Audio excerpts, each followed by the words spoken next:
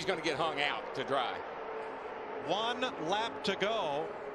Somebody is about to win at least $215,000. Kurt Busch keeps peeking around back there in that 2 car.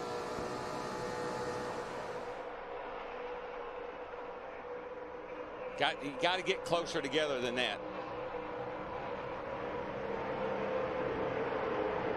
Dale Earnhardt won this race a record 6 times. Jeff Gordon, 3-time winner. Nobody else has won more than 2. Excuse me, Dale Jarrett's a 3-time winner. Nobody else has banked more than 2. Tony Stewart could win his 3rd right here. Here they come for the flag. Whoa. Big crash. Denny Hamlin involved. Stewart, Gilliland, Busch the finish. Tony Stewart wins his 3rd Budweiser shootout as Elliott Sadler and Denny Hamlin come across the line in a shower of sparks. Last year's winner in the infield wreck on the last lap. Within about 200 yards of the start-finish line. See, I think I've seen Everhand cars torn up more the last couple of laps of races than anybody cars I can remember.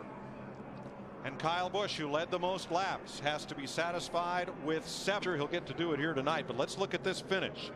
Watch the 19 and the 11 and the 8.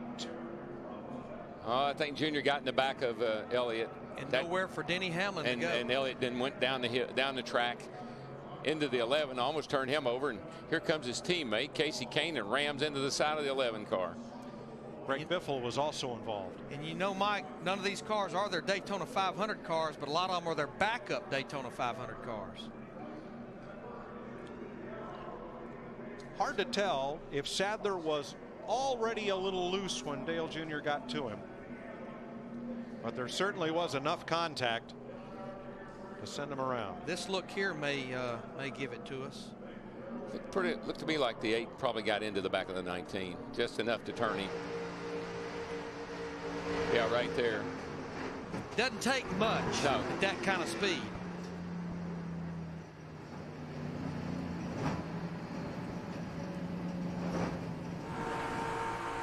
Riding with Elliott Sadler.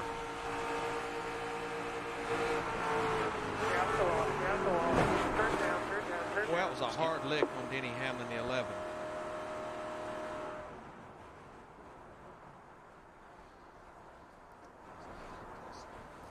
I think that's Casey Kane's car. Yeah. Just checking that. That was Casey Kane. Still inside. He got all the help. Yep. Yeah. There's Sadler. Yeah. And I thought maybe Sadler lifted, but it sure didn't sound like it. It just sounded like it maybe Junior lifted him up off the ground, got him sideways. This ought to tell the tale right here. Now let's use our Fox 3D here, which uses GPS positioning to show where the cars were when things started to happen. See that little nudge? Little bump right there. And away they went. Leads the field. Caution is out at Daytona. Jeremy Mayfield got sent scurrying when 2 cars got together up in turns 3 and 4. Keep an eye on Stanton Barrett right there. The black car, top of your screen. There just was nowhere for Jeremy in the 36 car to go. And we're lucky some other cars were not involved. Pretty darn good save, I might add. Right front damage is the most, guys. Right front. That's just what you call coming together right there. The 30 car, the 43 came together, and the 36 was in the middle. That's the 36 was a rock between 2 hard places that time. Bobby Labonte involved, and Brandon Witt really had to jump on the brakes to keep from piling right into Jeremy Mayfield's front tire changer Gordy Arbiter, and that's what caused him to overshoot his pits. Then he tried to back up and he didn't hear Chad Canals. Whoa, We got trouble, Steve. We got Steve, trouble. Michael Waltrip tried to come up, and Dale Jr. was there. Boy, that was ugly right there, guys. Waltrip tried to squeeze between Jr. and Tony Stewart, and that hole just all closed up in a hurry. damage. Good job keeping it off of there. Caution is out. Right off of the thing. And I'm just not real sure what Michael was thinking here. Those 3 Chevrolets got quite a run off turn 2. Oh, Michael was going to try to squeeze in between Tony and Junior. That's what that was all about. And there just wasn't enough room there, bud. It looked like Michael had more speed off the corner than Junior did, and the hole was closing up between Junior and Stewart.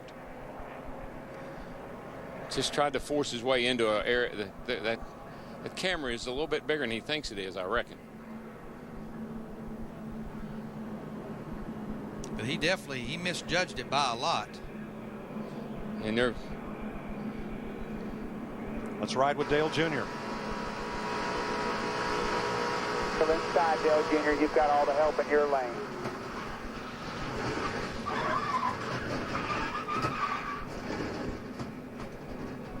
I don't think that's the kind of help he was talking about. From Jeff Burton. On the bottom by himself. 38's taking a look on the bottom. Spin in front of you. Keep coming. Caution's out. Caution's out. Good job, boss. Good job. And from Michael Waltrip's car.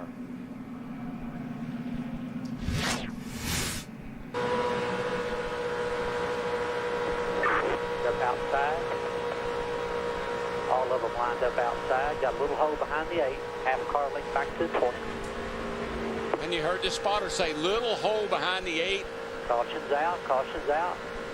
Could be a failure to communicate. Behind him now because they're 2 by 2, looks like about 7 or 8 rows deep. Trouble. Smash, Robbie Gordon.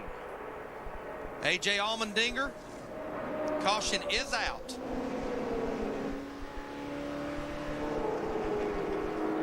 Now, Robbie Gordon in the 7, that is a car that is locked into the show, top 35 in owner points, but A.J. Allmendinger, I think that's pretty much going to probably send him to the house. Yep. Look at the middle of your screen. Ian Allmendinger. Allmendinger. Doesn't take much at 190 miles per hour. Bobby Labonte, Jeremy Mayfield, quick to take evasive action, and caution is out again. Leads coming into turn 4 between his 84 and Robbie Gordon's number 7.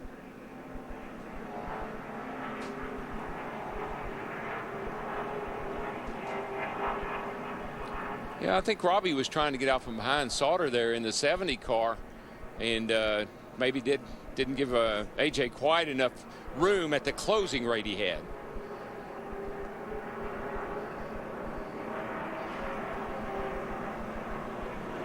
Sure, he's not going to see it that way, but we'll find out. Robbie has gone to the garage. He's out of his car and is with Dick Berggren. And he's been watching the replays on our pit.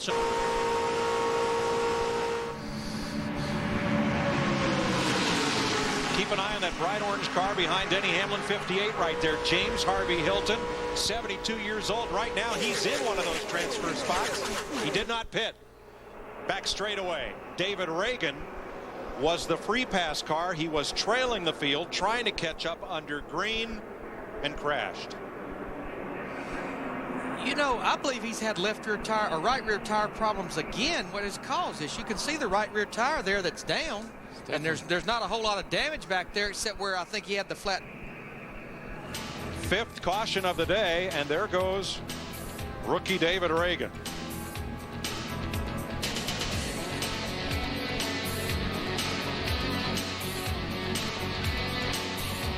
When you start to spin a car out here, when it gets out of control, don't try to save it. Lock it down. It's what we call lock the brakes down. Turn the wheels to the left, because with the wheels turned to the right, bam, you go right back out into the wall. If you had them turn left, you'll slide down the infield, come back and get you 4 tires, try it again. May have ended up like Dale Earnhardt Jr. No damage, just need 4 more tires. It's a hard thing to do, but it's a principle that works. And in the Hilton pit, whoa, we got a car around. It's Ward Burton. Up the hill he goes. Look out, James Harvey. Caution will fly. Field freezes. They'll come to the line with, this should be 3 to go. Bill Elliott gets through. Check your brakes. 66 car got damaged as well. He's on pit road, guys. And that'll be it for Ward Burton. His week at Daytona is over. Johnny Sauter's teammate Jeff Green in the 66 car actually had moved his way up through the field. Car that's locked in, but he's got a lot of damage. Let's first show you from the good Ward Burton.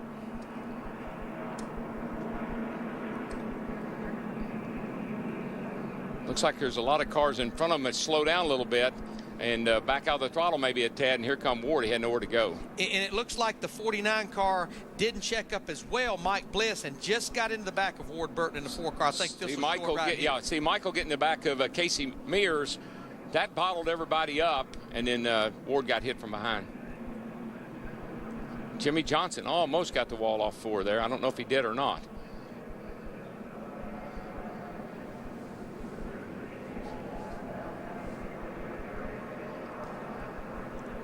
Looks like Casey Mears in the 25, his car walked up the racetrack a little bit. He probably had to roll out of the throttle just a little bit. And it's like an accordion or coming up to a red light. This is where desperation will set in for some of these guys. They know they only have one more shot to get it done. White flag. Tell you one thing, Johnny Sauter is working over the back bumper of Dale Jarrett. Actually, it's Boris said, I'm sorry. Said in the 60, Sauter in the 70. They're both in on time. Here comes Bliss in the 49. Bliss has to pass them both to make the 500. Getting a little help back there from Greg Biffle in the 16 car. Michael's in pretty good shape. He's got his buddy Kenny Schrader right behind him.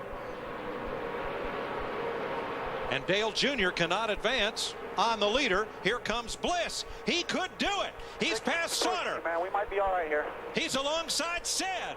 Here they come to the line. It's going to be close. It's going to be real close. Stewart's going to win it. Waltrip is in. Said may have eclipsed Bliss by a nose. He just couldn't quite get there. Almost. He needed about another 100 yards. Just a little over 1/100th of a second. Redemption for Michael Waltrip. And for Mike Bliss. We'll look at the pictures, but going down. Although it's in the middle. But no smoke in the corner. In the Still going okay there, bud? Oh, no. He's in the wall. Yeah, he's definitely got a tire. The right front tire went. Caution. The right front tire went down. That's what happened. Caution is out, and the flag waves as David Rudeman leaves the pits after an unexpected stop. But what a... Kyle got awful close to him as they went into turn 3 over there, and you can see the car started smoking right after that. If we back that shot up a little bit, they may have had a little bit of contact. And then as the tire goes down further. And, you know, they were asking him all along, are you okay, bud? Are you okay? Is everything all right? And he wasn't saying anything. Keep in mind, these cars are more than twice as heavy. Other decides to put a Tony Stewart on him. I think he's going to be okay here. But, guys, let's set up that transfer spot. And I know we've got 11 laps to go. Oh, we got trouble. Brian Vickers. The 83 car. Something broke, and that car just slewed to the right and into the wall. And the caution will wave as they'll come to 10 to go this time. That had the mark of a tire.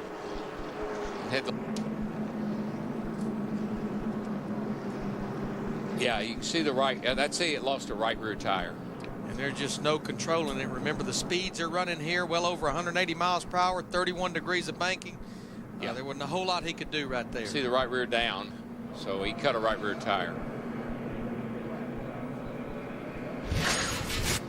Now we'll get us in. And Paul Menard hopes something happens in front of him. And just to remind you, right now, Jeremy Mayfield is jumping up and down, pulling for Sterling Marlin, because if Sterling Marlin races his way in, Jeremy Mayfield will be in the Daytona 500. But they just told him if he backs out, they get in. I don't know if he's hurt him or not. I don't know what he's going to do. Nowhere to hide. Not in that pack.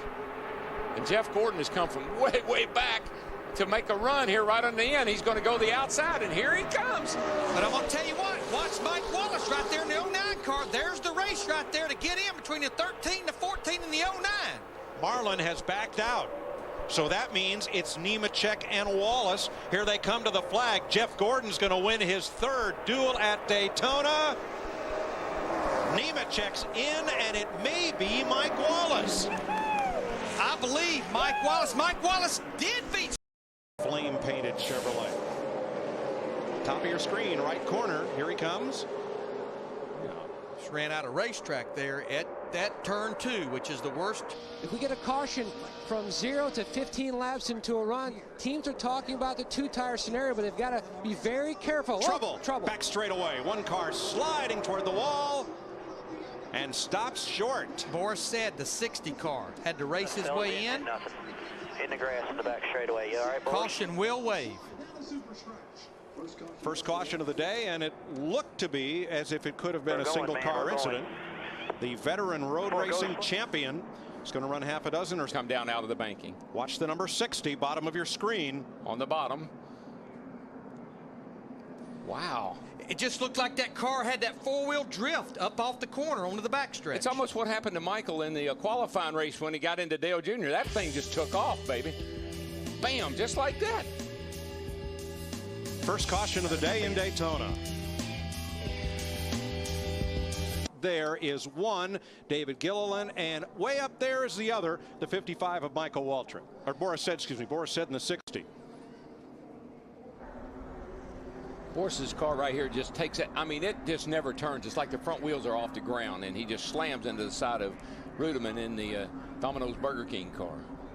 And Darrell, you said Michael was closing fast. He was closing so those cars. fast. I'm not so sure they didn't have to lift or something there to.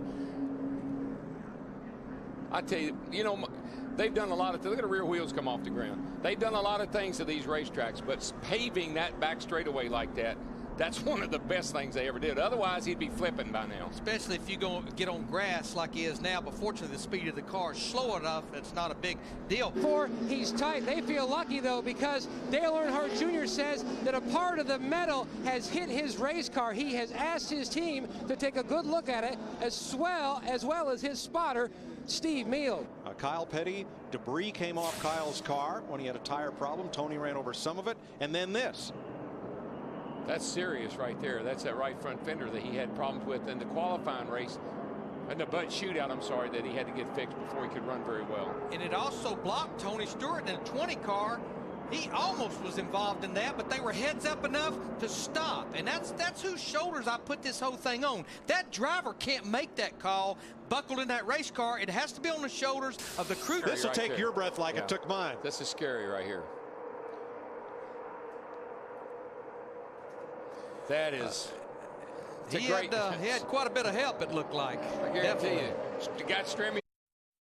Uh-oh. There goes Tony. Oh, my goodness.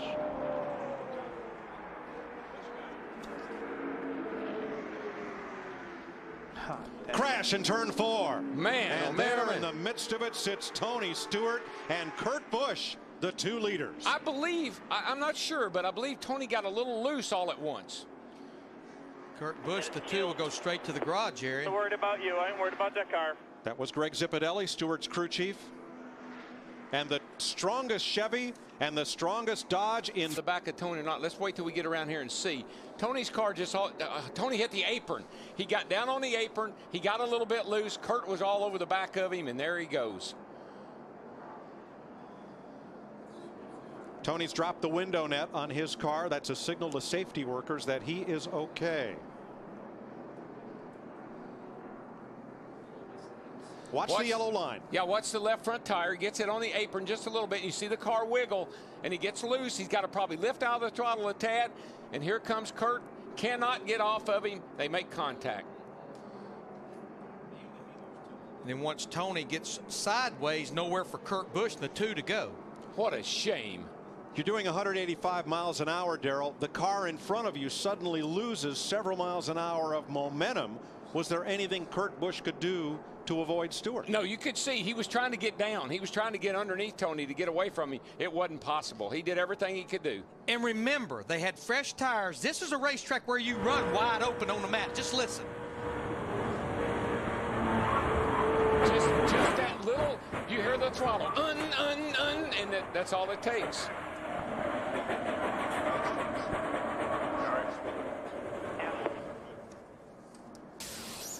Tony Stewart's 9th try to win the Daytona 500.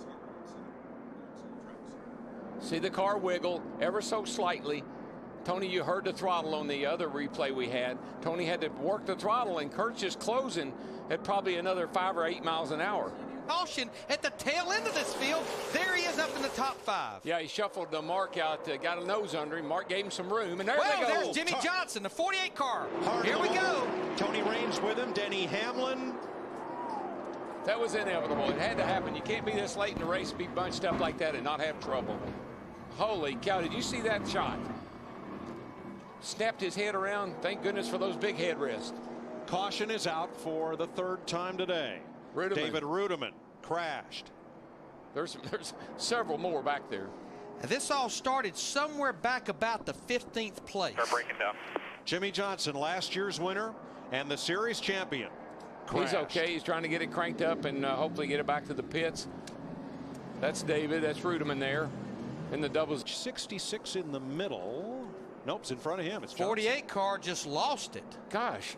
Right. I mean, right in the middle of the straightaway. I mean, it's almost like a tire went down or something, because a car, to make a move like that, either something broke, a tire went down, because the car doesn't move like that on the straightaway.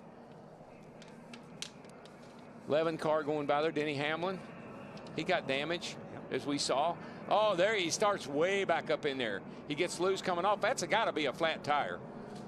Man, he hit that outside wall a ton. And just nowhere for all these guys to go. There you see, they just started stacking up on the inside. And where Johnson hit the wall was after where the safer barrier in turn 2 ends. So he hit the concrete and bounced right out into traffic. Let's ride with Jimmy.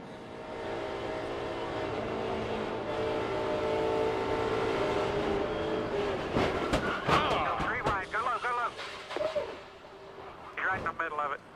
Oh, nowhere for these guys to go. That makes. Excuse me, that's David Rudiman. Here's David Rudiman.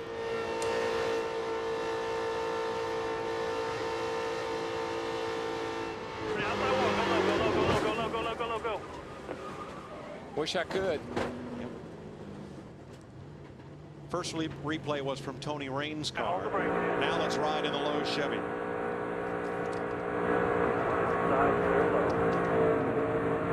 No, I don't think a tire went down. I never heard anything. I think he just got loose. Crash, guys. We got big loose. Got up the wall. You all right, Jimmy? Leaders on pit road. Krista. Matt Kenseth is in, and he has put the decision on Chip Bolin. Here he is at the top of your screen as this unfolds from the Goodyear blimp. Car's been pushing all day. I think they just freed it up too much is what happened. He just gets bad loose right there. He tries to keep up with it. Try not to lose any positions. Try not to get out of it, but drives it right in the wall, and then here comes the field. I think you can probably hear him pedaling it if we can get some sound.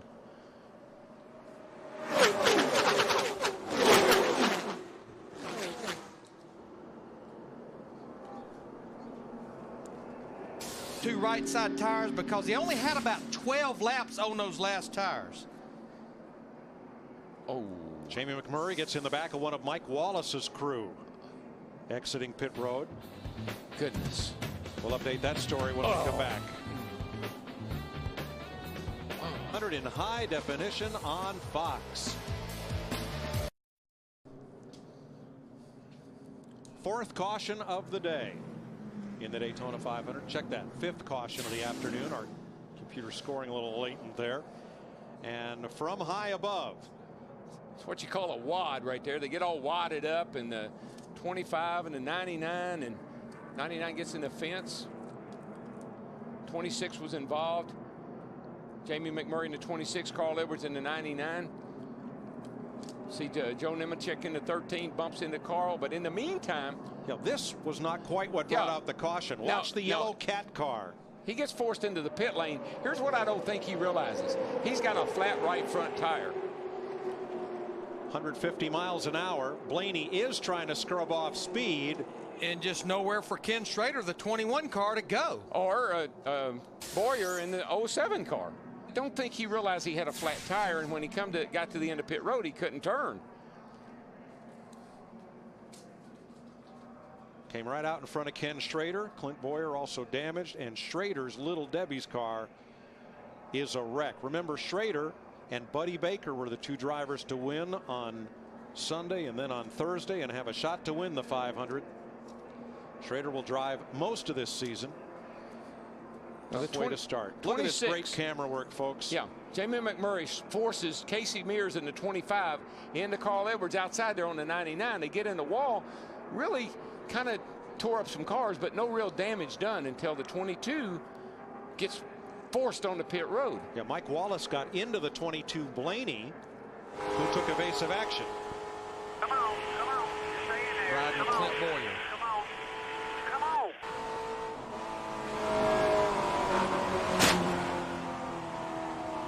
Back off there, Rick. Our DirecTV cam giving you those pictures from Clint Boyer's car.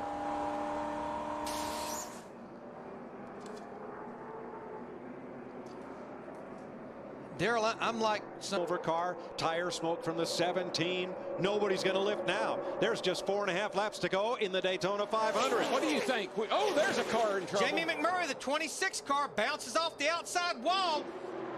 And around they go. Ricky Rudd, the 88 car.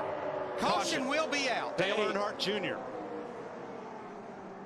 And remember, when the caution comes out, at the moment of caution, the field is frozen.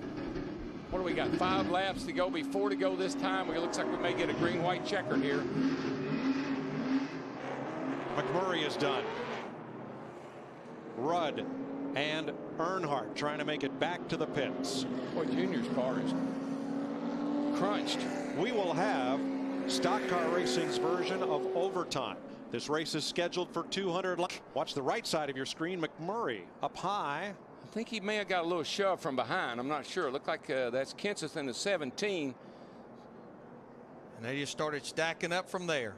Yeah, the 88 car looked like Rudd just kind of ran in the back of the 26 of McMurray, and boy, from there on, it was on. I think Rudd had a car to the outside, Darrell. Probably not much he could do. Probably couldn't. The Goodyear blimp will probably show us our best angle of how this unfolded. Now watch McMurray on the left of your screen in the high groove, the purple car.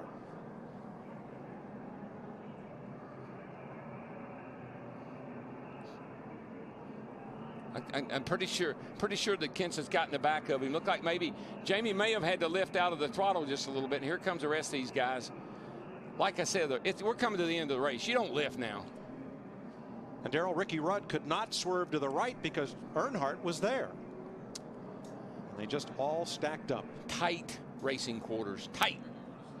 Yeah, you see McMurray get around there with Matt Kenseth right behind him. Jamie in the 26.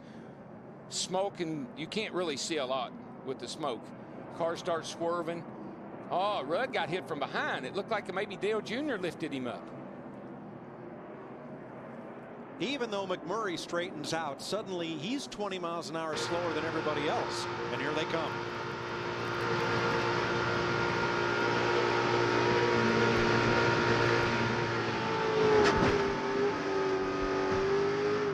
All you can do is drive and hope that a hole opens up. There's no stopping. You drive it to the bitter end. There's nothing a spotter can do for you there. No, you just got to drive through it. Ricky Rudd's view. Now let's the hit he gets from behind.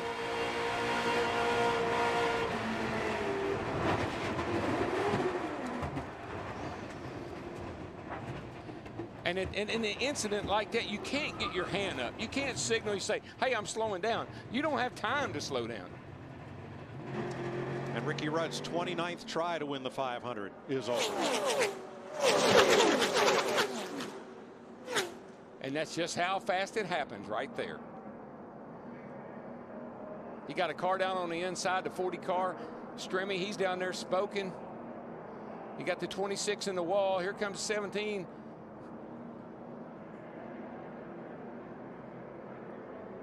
Wow, It just Dale all Jr. started just stacking up. Rudd up. He did. You know, Jamie McMurray had a car probably good enough to win this race a year ago and almost had the very same thing happen in the exact spot a year ago. It's just a real nightmare as a car owner and a driver to run all day long. Flag will end the race. However, after that green flag waves, if there is another caution, the race is over. If they complete the 2 laps, it's over. Martin, Busch, Biffle, Gilliland, Sadler, green flag. I don't believe he can wait very long, Larry. I believe if you're going to make the move, you got to make it quick. I don't think you can wait too long. If they're going to get him, they need to jump to the outside right away. Watch your bottom there.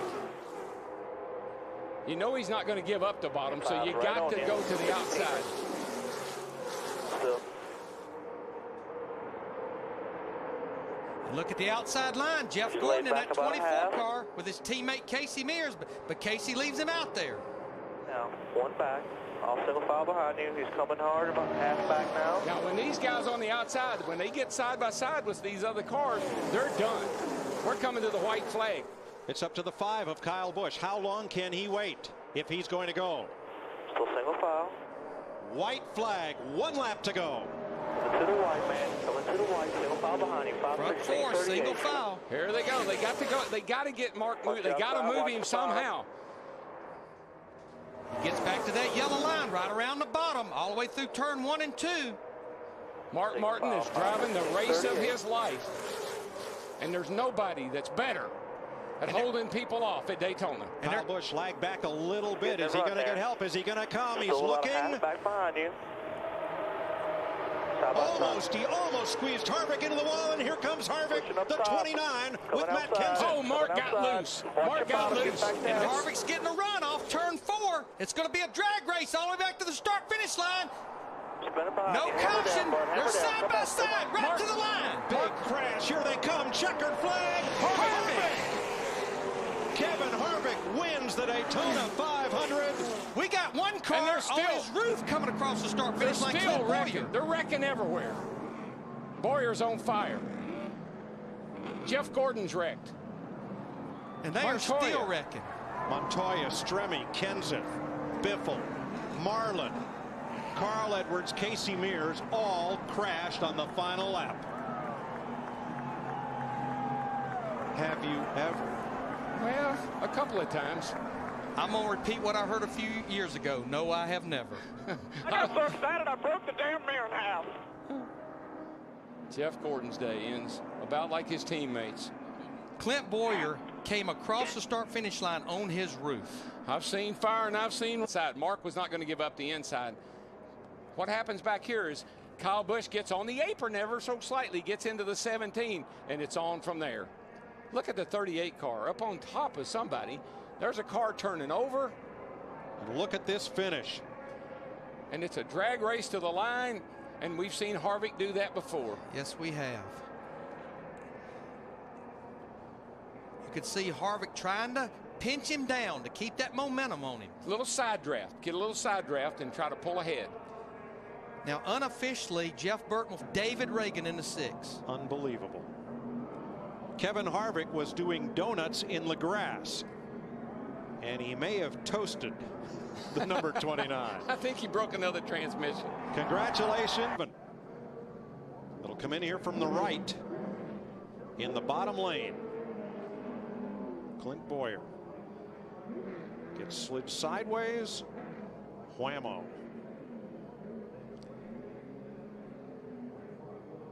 And he'll cross the start-finish line unofficially upside down in the 18th position. On fire. I mean, that's Joey Chitwood couldn't do that.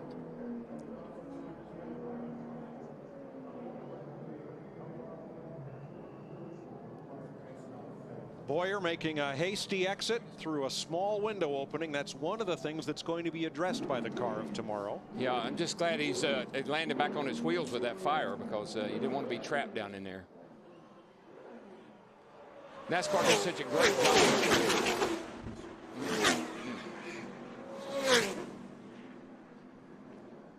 Goodness. That's terrifying. Sterling Marlin, the 14 car, was spinning down pit road, actually hit the pit wall. Until now, 1976 and 79 were the wildest Daytona 500 finishes ever.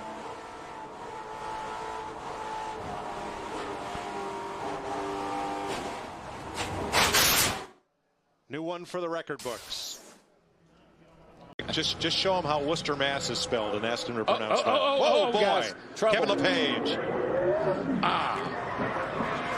Now, let's explain about LePage. He had one lap of practice. Had no idea what this car would do out on the racetrack. The reason he only got one lap of practice, it took so long for NASCAR to inspect the long line of cars here. That inspection ran deep into the practice session. Hopefully that's something that can be addressed in future weeks so that all cars can get inspected before practice starts. But LePage had so little practice, he really wasn't sure what this car would do in qualifying. And he had to go. I mean, you don't go out there and feel it out. You got to go. And that was coming to take the green through turn 3 and 4. He had not even taken the green flag. You can just see this coming, Larry, from way back in the middle of the corner here. He's in there, and you can just see the back end already just kind of free, hanging out, and here she comes. Hard into the safer barrier. But yeah, you know, even though they've got the air pressure up in the tires, they're cold, and you can just see right there, just broke loose with him right in the middle of turn 3 and 4. Well, coming to get the green, you're going to roll it into 3. Pretty good, but you're going to get out of it early. But the thing you want to do is get back in it hard, fast. With the temperatures being much cooler, the skies being backstretch, overcast, Steve, trouble. We have trouble on the racetrack. Jamie McMurray and Scott Riggs, along with the 41 Reed Sorensen, wadded up in the back straightaway. A lot of damage to all these race cars, especially McMurray and Scott Riggs in the 10. Do you have any sign? Somebody was coming on. I couldn't tell which car it is. They look a lot alike from over on that side of the track. But somebody come off a 2 over there and got loose in the middle of these guys right here. It was either the 41 or the 26. They look a lot alike. I couldn't get a good clear view. We'll see here in a minute. Oh, it's the 10 that goes. He gets loose.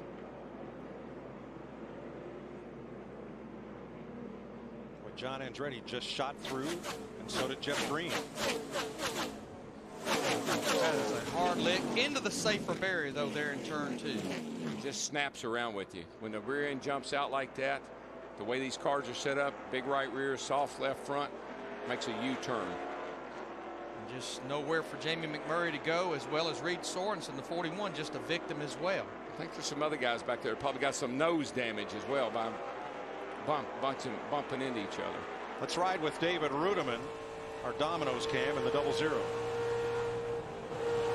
Outside, 88 outside.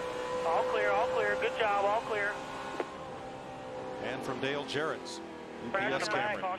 One up high, one down low, come through the middle, through the middle. Keep coming there, keep coming. Daryl, I think the ride when we were with David Rudiman pretty much told the tale right there. In trouble, and he knew it going into 1. Whoa, trouble down the back, guys. Got a Caution car around. is out. Oh, and that actually could be, they're going to go ahead and change 4 tires on Dale Earnhardt Jr. Okay, go ahead and roll there. Go ahead and roll there. So he will go a lap down. I shouldn't say he should be. I should say he could be.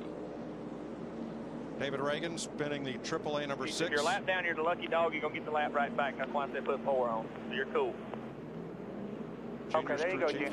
Because, I mean, Reagan coming off a great top 5 finish at Daytona. I've been watching him, Mike, and he'd been falling back. He was at the tail end of the field. I think the car was really, really loose with him, obviously. Montoya, David Gilliland, Kenny Schrader, about half the field.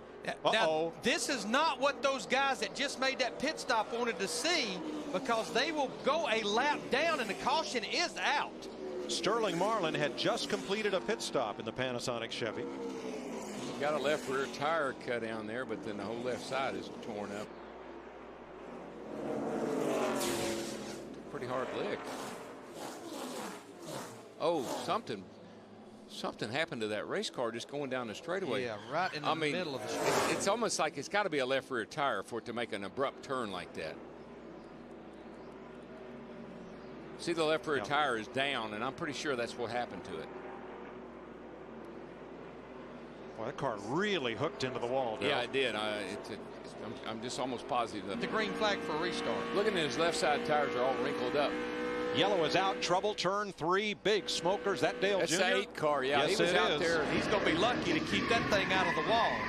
That's you know, when they say they're going to take something out of an engine and send you back out, I would not be a big fan of that. He did not hit the wall. But I'd say that's done for the day. I'd say that's Junior. Thank you. Will Thank you very finish much. no better than 39th today.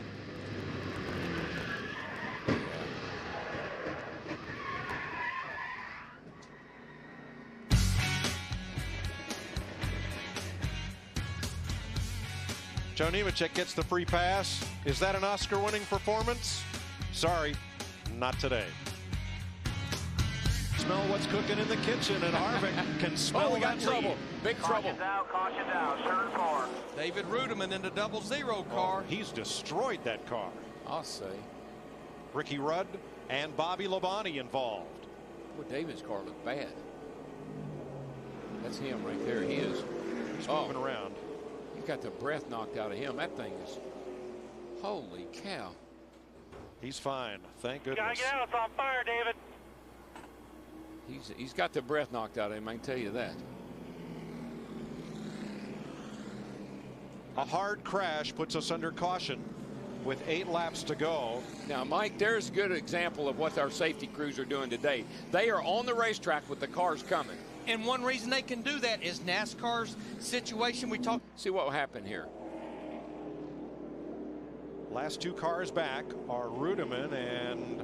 Ooh, somebody got into him. Let's see who. Look at the parts and pieces flying off of that thing.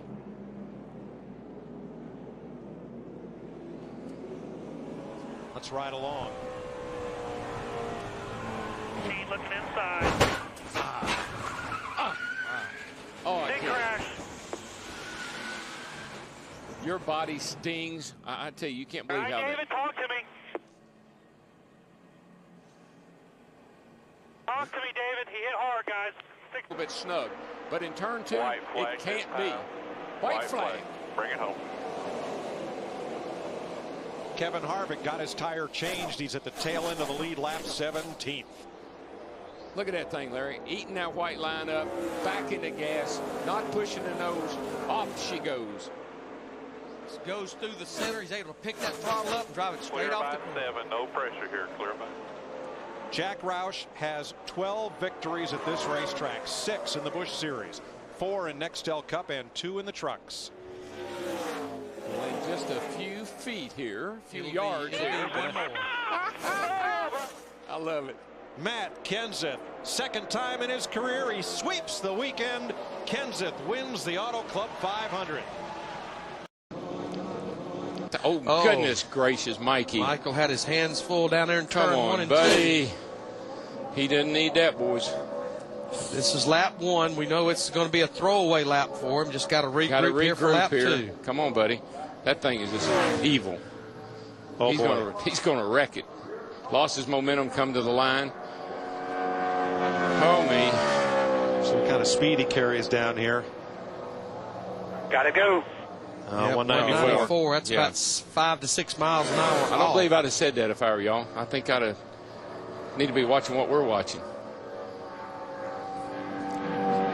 He's sucking it up, I tell you. If he can pull this out, it'd be like what A.J. Allmendinger did, but the car is just not there for him. It's just all over the place, and there it goes. Oh, there it goes.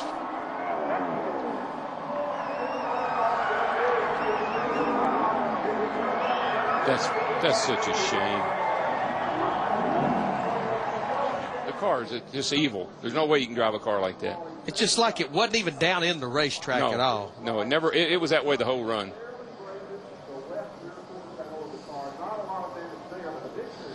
And in their defense, they've done a lot of work. I know they came here and tested. They've been to Kentucky. It's not from lack of effort, but obviously they're just not getting it done right now.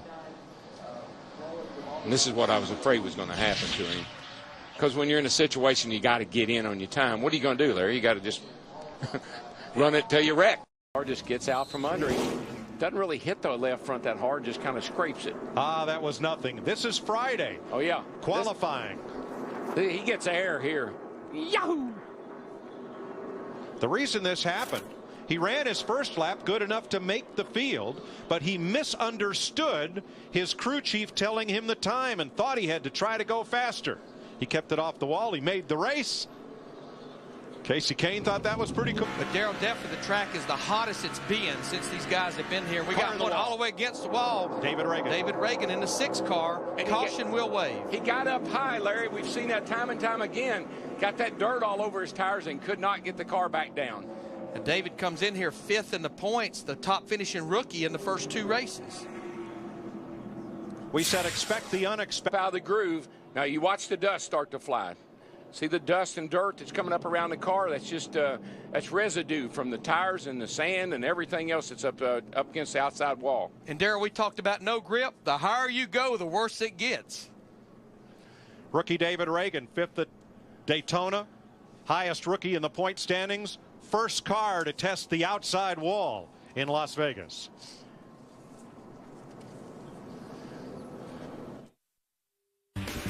Place. Well, not much of a fight, was it? It was not a fight at all. Those 2 Dodges. But David Strimmy had a trouble good run turn 1. Big pile up. Casey Mears is in it. Robbie Gordon. And this is about the way that Casey Mears' day started yesterday, about this time before lap 10 in the Busch race. It's just really, really difficult to hook these cars up with the tire combination that they have on these cars. It's just very difficult. An unhappy birthday weekend for Casey Mears and Ward Burton. Right here he goes. We saw him on that restart try to get up on the outside. He got in the fence a little bit, but I don't think that had anything to do with what happens to him here. Ooh. It's almost like it all started with Robbie Gordon in the 7. Ward Burton in the 4 got together. Yeah, Robbie drove down underneath Ward, and they got together, and Casey was high on the outside in the 25 and put him in the fence. It was just a victim, and that's exactly what he was yesterday on that first caution, was just a victim. Oh, you can see Robbie really stuck his nose in under Ward Burton in the 4 car there. A little bit maybe he should have been a little more patient than that this early in the race, and particularly with all the conversation we've had about the track and the tires and everything. Robbie Gordon started 3rd amount of damage. He's back on track after a pit stop. Well, we've run 9 laps. We got 3 cars in the garage already. And we got a bunch of takers on track. Has a turn 4. Turn 4 got a car around. Joe Nemechek. Here comes Dave Blaney into the wall. 22. Looks like those 2 are the only 2. Blaney just tried to get on the brakes to stop, and it turned him right. No right front. Has no right front. Now Blaney has been Toyota's brightest hope in this young season. He's been the best running Camry at Daytona and California. He's one of only 2 Toyotas to make the field here, and it looks just turn sideways all at once, and there's not a whole lot you can do about it. See, that car's already stepped out right there. Of course, when somebody runs into you, that helps. That's a different story too. But Darryl, I think when it stepped out, he had to get completely out of the throttle. Yeah, he had to get out of the gas, and when he did, Boyer ran into him. And Boyer was in the throttle, and Nemechek was not. Right, and Blaney was trying to miss him and got on the brakes, and it turned him right into the fence. Jamie McMurray, Matt Kenseth drive by and miss it, and so does Scott Riggs. But it all happens in a blink of an eye.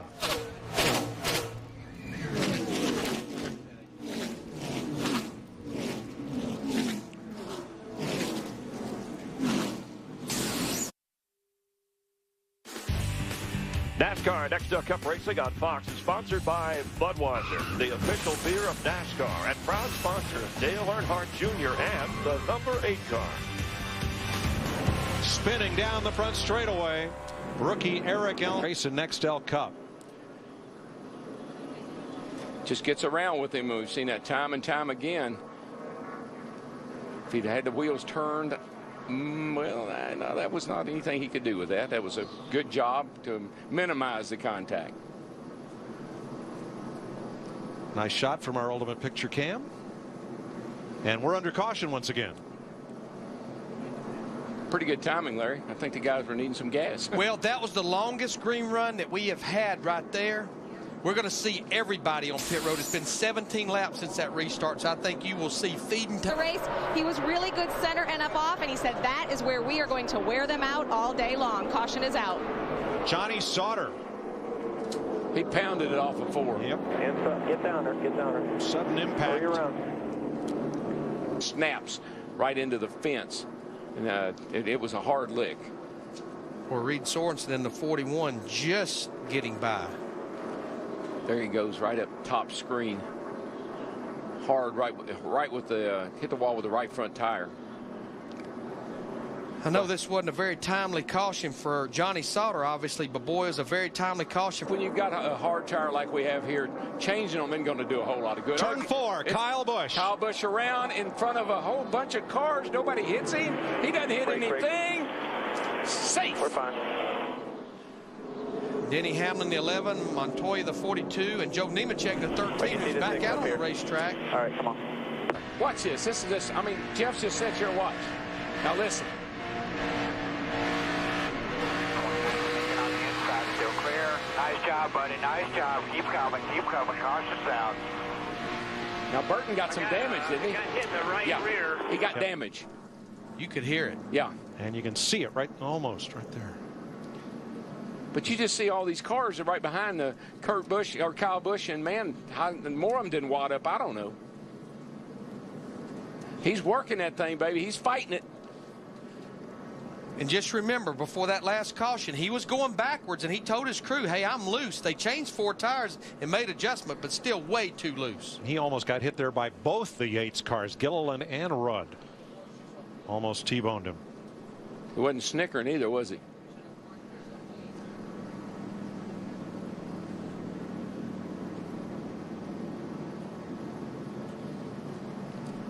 Kyle Busch gets away and gets to pit. We'll share our thoughts with you when your answers come up. See Jeff Gordon, our leader in the 24 car. Turn 4. Caution's out. Caution. Paul Menard in the 15 car. Boy, that's a lot better spin today than he did when he was qualifying. The left front damage. Got a little left front damage. Didn't hit very hard at all, but you just see, gets up there and the car just gets out from under him. Doesn't really hit the back out. All of a sudden he was 8 seconds behind. But here's a caution. It's going to help equal things up. But for Clint Boyer, guys, that don't look too good for him. Clint Boyer pounds the wall in turn number 2, and that will put us under the 8th caution of the day, Jeff. Boyer, who was fastest in yesterday's practice and who came garage. Yep. I'd say it's that dreaded lack of grip. Just got down in there, and right where you want to rotate the car and make the turn, it jumped out from under him. And Mike, he just had went into the top 10. He was running 10th the last. Jeff Hammond, but Jimmy Johnson may lead the most important. He may lead the most important, but right now we got a problem around the racetrack. We got a caution, Casey Kane, to bring it out our 9th caution of the day. Mike. Another incident where a driver gets back on the gas and the car steps out from under him. Our pole sitter, Casey Kane, hard in the wall, turn 2. Exactly what happened to him about this point in the race yesterday. I would have thought that turns 1 and 2 would be getting kinder to these guys because it's shading down. And he was in a bad situation there, Darrell, to the inside of David Gilliland, the 38. If you want to know what sucked around means, well, that's what it means right there. He got sucked around by the car on the outside. Not that Gilliland did anything wrong. Oh, no. And these cars, they're all pretty loose in. That helps them turn off where you can get off the corner. But, man, he just couldn't hang on to that one. You get yourself in that position. You're hoping the guy on the outside will back off early. It's the 9th caution flag of the day.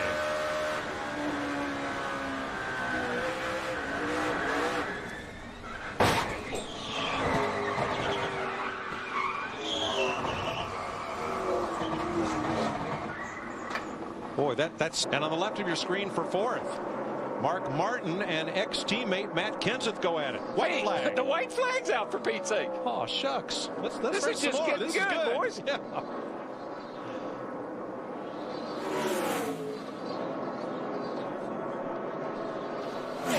You believe how hard you just can't imagine. Not bad. I think we'll keep you for a while. Chad Knaus to Jimmy Johnson. He's going to win this race by 2 seconds. Can you say go? Yes, we can. We got you. Bring her home, dude. Jimmy Johnson wins the UAW Daimler Chrysler 400, his 3rd Las Vegas. Here, and he doesn't mess around. Slides that thing right up to the We top. got problems over 3 and 4. Caution is out. 3 cars pile up, including Rudeman and Kane. One more at the bottom of the racetrack. Ooh, that's another hard lick for David.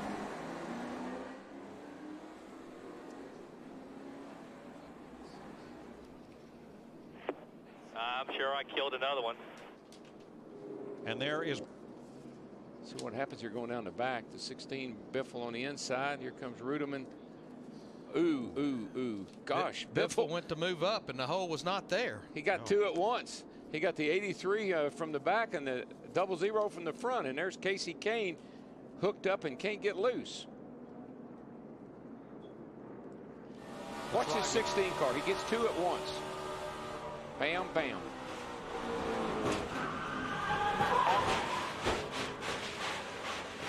Another hard lick, and remember at Fontana, Yeah, California, we're in a wreck. it was Greg Biffle that got into David Rudeman on that wreck at Fontana. Well, I don't understand this one. I mean,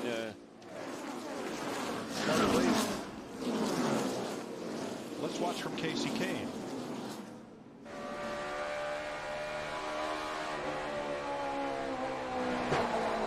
Stay low, get low, get low, get low.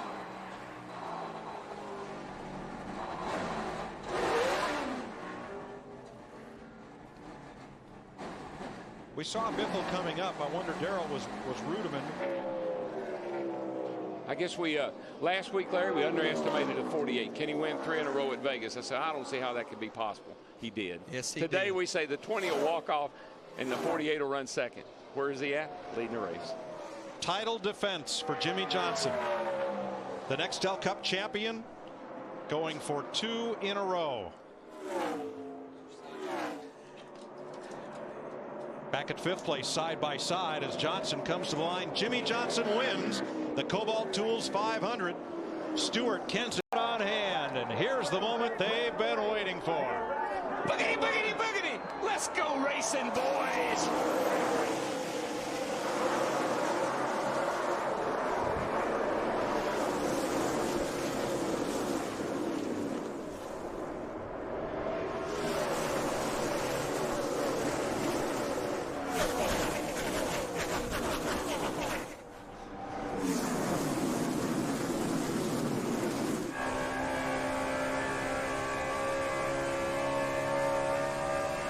Like our points leader, Jeff Gordon, he'll get those 5 Trouble points. already off turn 4. J.J. Yaley. David Reagan. More cars to follow. Chain reaction. Ricky Rudd, Casey Bam. Mears. Oh, Rudd up on top of Reagan's car.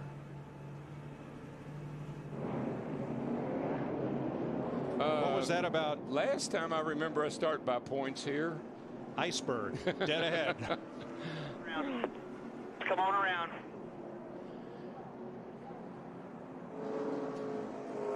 I'll show you what happened coming off turn number 4. Oh, the 6 car just pushes up into Yaley in the 18, and that started the whole mess. Then they come back out into the racetrack right here, and that's what created the rest of the problem. Here comes Rudd. Watch this thing back up on top of that 6 car. Ricky was trying to slow up, Darrell, and got turned around, got hit from behind and turned around. You know, I don't think it hurt Rudd's car much. Watch J.J. Yaley coming from the right, the green car. Yeah, he's right back here. You'll see him coming off turn 4. He gets a little bit loose, but I think that's because the 6 car had already made contact with him and got him sideways. And then these guys are all trying to whoa up. Here comes Rudd and company.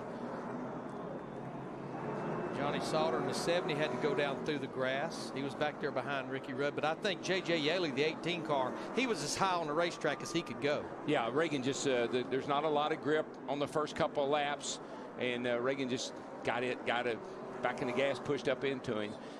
I know Rudd's car's got some damage, but I think it might be repairable. Let's watch from Johnny Sauter, who started 35th.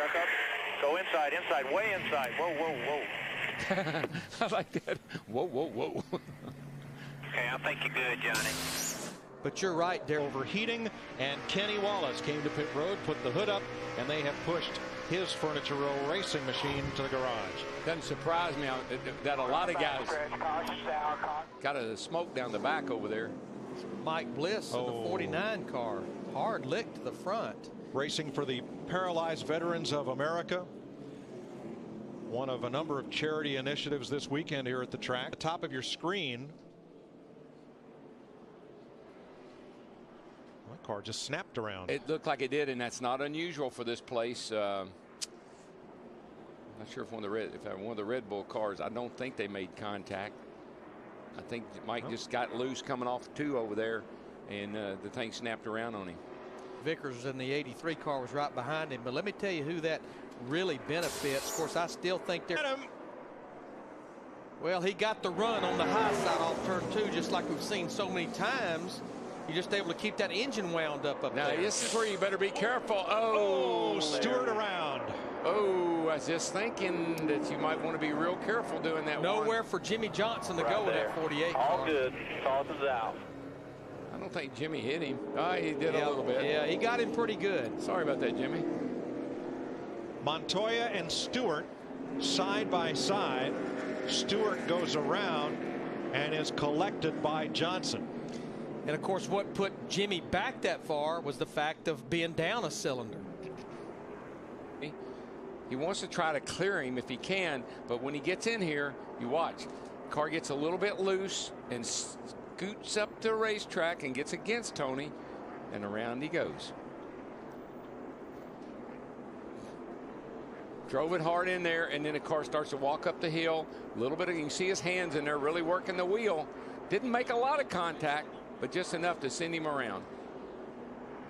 And Tony takes a pretty good hit from Jimmy Johnson. Yeah, but I think it's in an area that it probably isn't going to hurt anything. Yeah, he got him between the wheels, Darrell. That's what it looked like, yeah.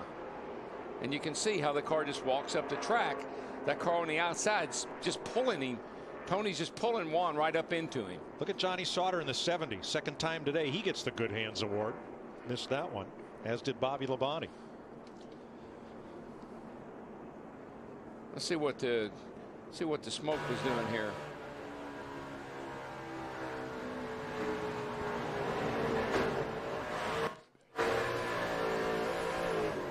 Now, you know, that seemed like relatively light contact. Let's ride with Jimmy Johnson.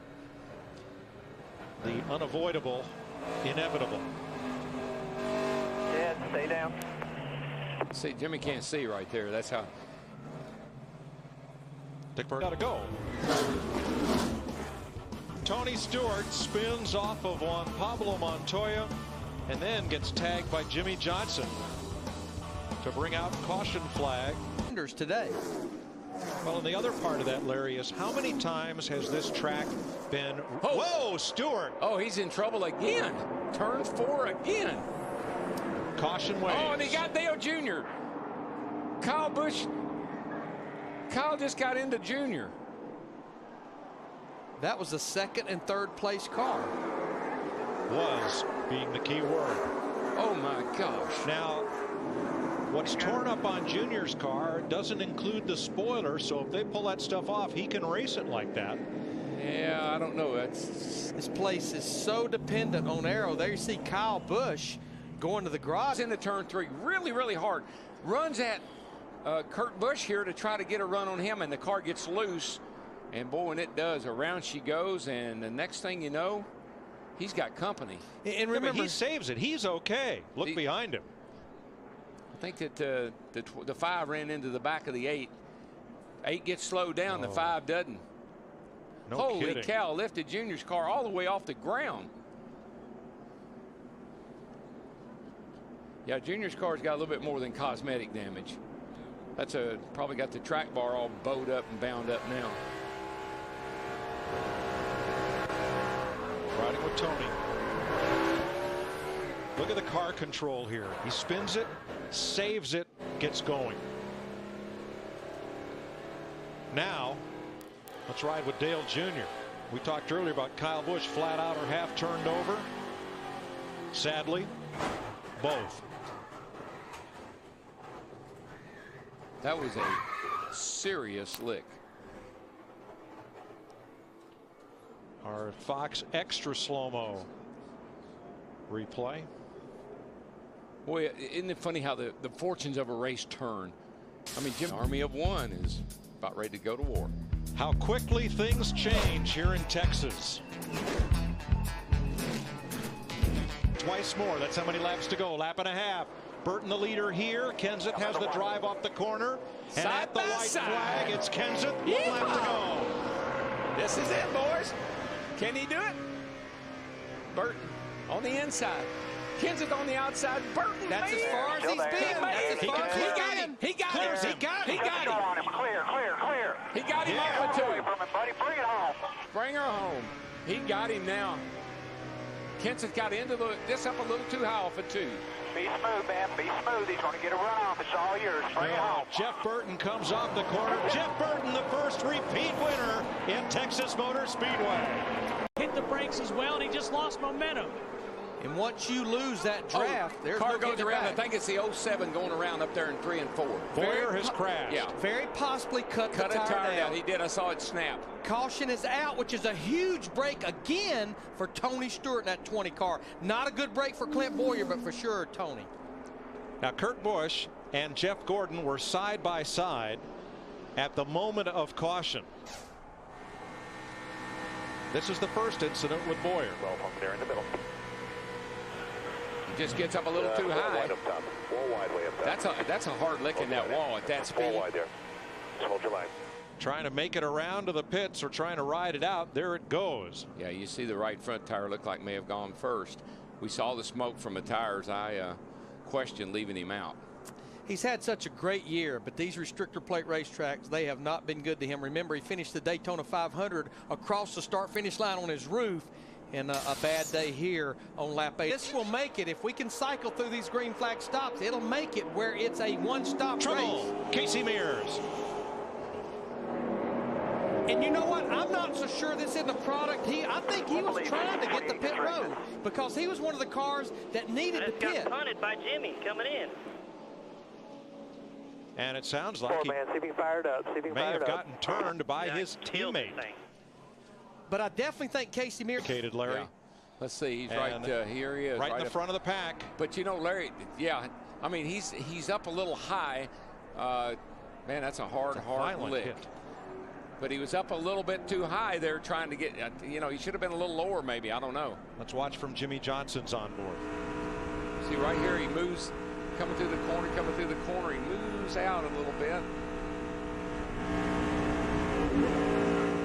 My question would be, did he give a good solid hand signal, especially going out in the back straightaway to let those guys took out the 48 for the win? At that time, the driver was Brian Vickers.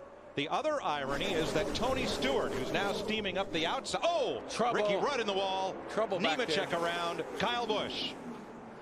You know what? I'm not so sure that wasn't started. Oh, is that Jeff Burton, 31 car. Kyle Busch, another wreck today, just like yesterday. And a very hard hit. That is. He's old. There's a window net coming down. Boy, it's good to be 21, Darrell. Nemechek's car crashed. Kyle's going to drive it back. He's going to try to. I don't think it's going to go anywhere but in a circle, and if he's not careful, it's going to cook that engine because you know the radiator, you can see the water running out from the outside. Yeah, they're right. They're right here. Here's the 48 car right here. But the 96, Tony Raines, looks like he got up into Jimmy Johnson, the 48, initially off turn 2, I believe, Darrell. I believe you're right, Larry. I saw the 48 move. Gosh, that's a hard lick by those two cars. Good thing the safer barrier is there again. Let's look from the rear bumper of Kevin Harvick's Pennzoil Chevy. Oh, man, look at Nemechek's car go airborne. And then Kyle Busch's car goes airborne when it hits the rear wheels come off the ground. You're riding with Jeff Burton. Oh, man. Oh, gosh. That was when the 5 car. Listen, y'all, I know you don't know what that feels like. Unless you've been in one of these crashes, you can't imagine how that hurts. The good news, Darrell, everybody is either driving back like Jeff to trigger this. Oh, it sure looks like it. I don't know if there was contact between the 96 and the 48, but there definitely was movement enough to push him over into Ricky Rudd in the 88. And just a chain reaction behind him with all these other cars. Look at those two cars, the 31 and the 5 come together, collide.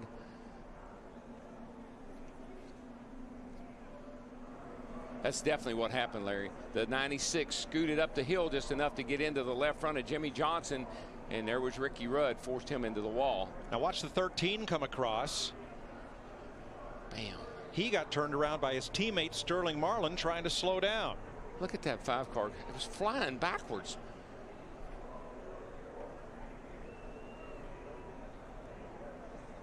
There is contact, we're told. That's all it takes is just that little nudge. You can run this close together all day long until somebody does something like that, and then it's gonna affect a lot of guys. Boy, those two cars scrubbed off no speed whatsoever on the way to the inside wall. There have been a lot of racetracks where the safer barrier has not been installed, or at least in the past, on the inside walls. Man, thank God for that. Cars at least on the ground. All right, let's join Krista with Casey Mears. A lot of brings us under caution. The reason, Juan Pablo Montoya got up and into the wall, perhaps after contact from Ryan Newman here. You can see the speed difference right there on Montoya in the 42 car, Ryan Newman the 12. It was about 5-6 miles an hour difference, Newman being the faster car.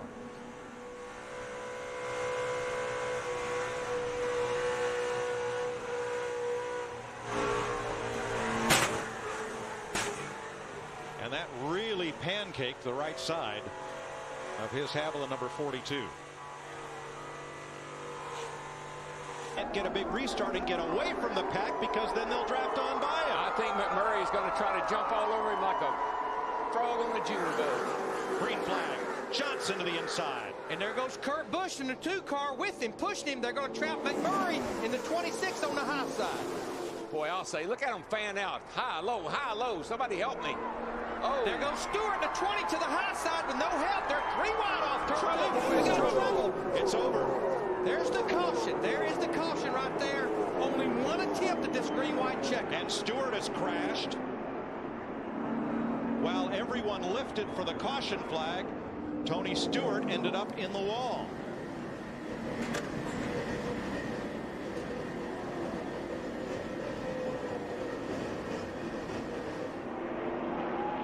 We certainly know that Jeff Gordon, the 24 car, was leading this race at the time of caution. Now, one thing that differs from determining the restart order after a caution in the race is they'll go to where the cars were at the minute the caution came out as far as the finishing order. They're all coming up to speed, and there was a lot of blocking going on.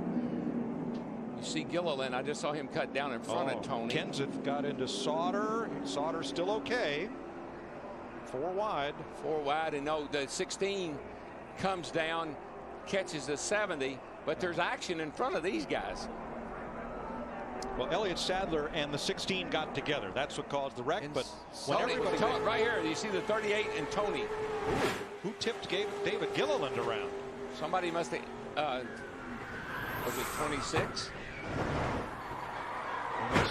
Ouch. Man, that's a hard hit, and there's no safer barrier there.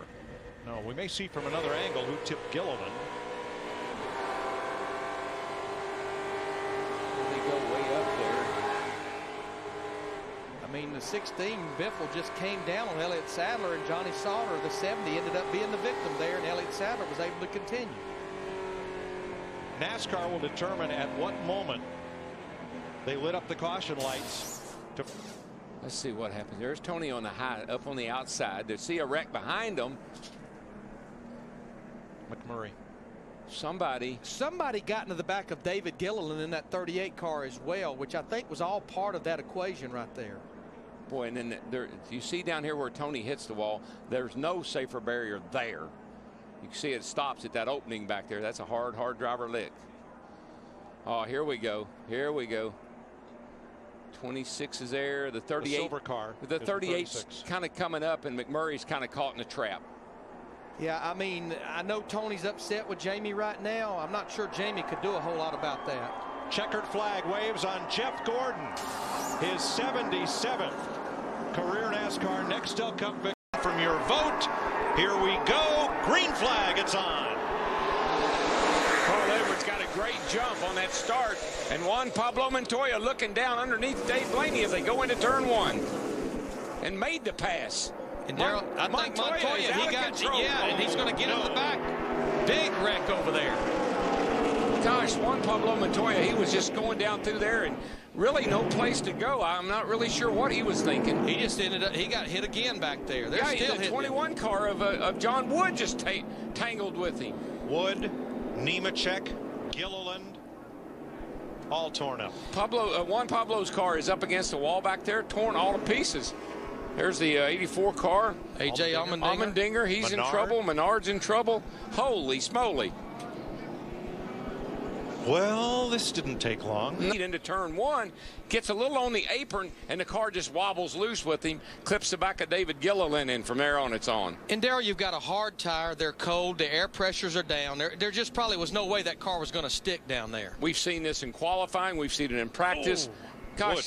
John Wood. Poor John Wood. Thought he had it cleared, I'm sure. All the drivers are okay. Gilliland's gone to the garage. Right there, you can see Juan. Look at his hands in there. He's trying to catch the car. It's going up the track.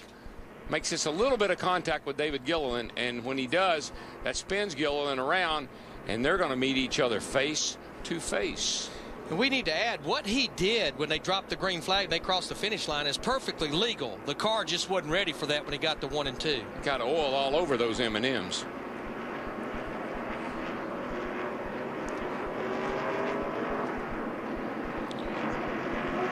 There's Joe. I mean, he's just trying to slip through. Got to remember, they're just coming up to speed. And you also got to remember that everybody's thinking, hey, these guys are wrecking. It's a chance to move up. Yeah, Menard got up into Allmendinger, and then the track's blocked. Can't see. Obviously, you can see all the smoke. Trust me, folks, when you're out there on the racetrack in a race car, you are just driving in the blind. Clean pass to this point by Montoya. I think he got the tires down on the apron a little bit. He was forced slow by the pass he put on the 22 car, and that got him sideways, kind of going up the hill. And he gets to 13, and then he gets to 21, and then Juan got several of them. I'm not sure. I don't think Allmendinger, the 84 car, ever actually got hit or hit anything. AJ had a great run here last night in the truck series, finished second. Boy, look at Mike Bliss there in the 49 car, just sneaking through. Crunch time. Stremme had a wreck yesterday in qualifying and did not want to go 0 for 2. Right now, Carl Edwards and David. Oh, here we go. Got one around in turn 2. Mike Bliss gets turned off of Jeff Green's bumper. Contact over there. Looks like. Oops. Bam! Oh, for Pete's sake. Boris said in the 37 car just could not get woed up, I assume. All right, that's Mike Bliss. He got loose. He goes. Sorry. He got loose, and certainly Jeff got into him, but not. He didn't cause him to get loose. Nope. Stremme slips by again. Now here's where poor Boris said the car's coming down the hill, and he's already committed to the bottom. And right back up in the racetrack, and there he is. Nowhere for Boris to go. But I think you're right. Mike Bliss got loose, jumped out of the throttle. Jeff Green's in the throttle. Nothing Jeff could really do. He made minor contact, but that was after the 49 had already gotten real bad loose. Right. Jeff does a good job of turning under him. Boy, Allmendinger still in the gas, gets by on the high side, and Boris said does not. Boris was not sure if the 49 was going to go back out into the racetrack. Both drivers are out of their cars and okay. See that? You see the 49 wiggle. And walked up the racetrack. Right up in front of Jeff Green. But here's where Boris, you watch the 49, it goes down the hill, and it looks like, well, it's going to stay there, and then all of a sudden it comes back up right there. And Darrell, I'm not sure anybody would have made a different decision than what Boris made right there. Just remember, folks, traveling at 160 miles an hour, you don't give it one chance. I think the two smartest fellas here are Kevin LePage and Kenny Wallace. They stopped. Grip in it. So that's causing some problems. We got a car in the fence up in turn 3 and 4. I believe it's the 19 car. Got one through the grass. We have a caution. Yeah, that was Elliott Sadler, the 19 car. You can see the damage on the right side, all the yellow paint from the yellow walls, and in green in the 66 down through the grass here on the front stretch. Yeah, what was that all about? I'm not sure. The 19 got in underneath Jamie McMurray there. He's really trying to stay off of him. Ooh, and did he get pushed from the back? Maybe the 07 car there, Clint Boyer, pushed him a tad and got him out in the grass. I wonder if it's Garmin GPS is working across the grass. Kept him in a straight line. It never works that way. Found his destination. I wonder if it lit up with a little caution flag on the screen. Mine does sometimes. It's mighty busy today. Looking for a golf course. First two cars don't wreck each other. They're in the transfer spot. Who's going to win it? To the bottom, side by side, over in turn 2. No, I tell you, Martin Truex in the one car has found grip at the top of the track. But turn 3 is where Sauter has been better. He doesn't need to do anything. He just needs to bring it home in second place. Be smart. But this is Johnny Sauter. He's going to win it if he can. Be smart. It's going to be tight, man. They're coming to the line, but I think one's got it. Still inside. Come on. Here you go, guys. Nice job. Nice job, both cars. Very nice. Truex wins it. Johnny Sauter transfers. I never would have thought that they could catch Carl Edwards. And I'm definitely getting to 5th and losing more positions. So much for being conservative on the break. Oh, got a car around. I think it's the 43. It is Bobby Labonte. Caution will wave.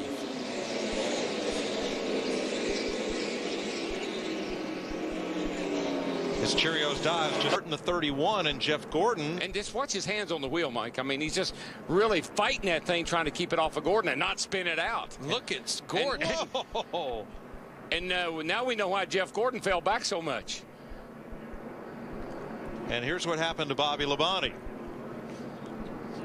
was a great save by that 24, I tell you that. And here's Bobby, and I think his car just steps out right there. Catches it with both ends, Carl. Yeah, I just talked to Paul Andrews, Bobby Labonte's crew chief, and he said they freed it up a little bit, and it's just the same deal as everybody's saying, too loose on the short run, and it just got away from him. No rear grip, Bobby said. And Busch in that 2 got such a run through the middle of 3 and 4. He's going to take second spot away from Burton. Here comes his brother Kyle to the inside. And almost wrecked him. I told you. There he goes. I told you. Oh, my gosh. Checkers are wreckers. That boy's got a lot of talent. If only he can harness it on a weekly basis. How'd you like to be the referee in that family?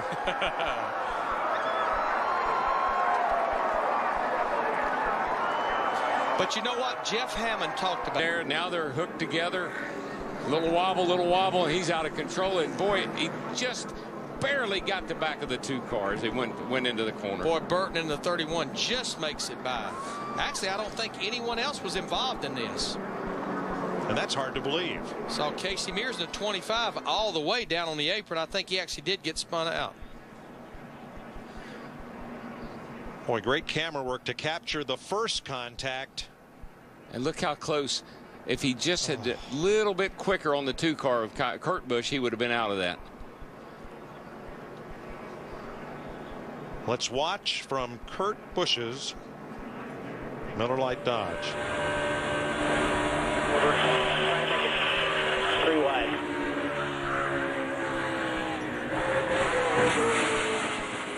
Man.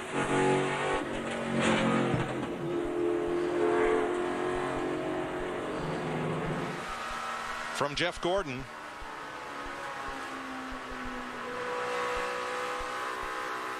Keep it down there. Good job. Good job. And you know, they just got that 2 car where I think they wanted it with Kurt Busch. Yep. Kurt has been strong and been in a position to win several races this year. Sometimes circumstances have dictated the outcome, and Kyle Busch has won a race this year. He won at Bristol. Probably should have won 4 or 5, but things like this keep happening. Just barely got him. Atop Kyle Busch's pit box was car owner Rick Hendrick. And there he stands. All-star race, all with Dale Earnhardt behind the wheel. 1987, 1990, and 93. That's 14 years. You move to the center, and you're about that Jimmy even Johnson right there. moved it up a little bit through You know 1 what and you 2 gotta do that to beat him time. down here. If he can go the outside, if he can get to the outside of Harvick, it could be big, guys. There he goes. Here He's he on the comes. outside. Here He's he comes. there. Checkers or wreckers. Couldn't make it. Couldn't Johnson get it done. crosses under. Kevin Harvick wins the next Still All-Star Challenge. He was setting it up for He that had a one plan. shot. Yeah, he had a plan, Larry. It almost worked. Well, you know what? Is this the same Napa Camry that he brushed the wall with at the end of practice? Yeah. I don't think they went to a backup car. I think he's going to be maybe in the 80s, 79, 29, 79. I don't think that's going to be safe. I saw him running that high line in practice on a qualifying run, and I thought, well, then there's where he had. Oh, no. For Pete's sake, brother. That is a hard lick.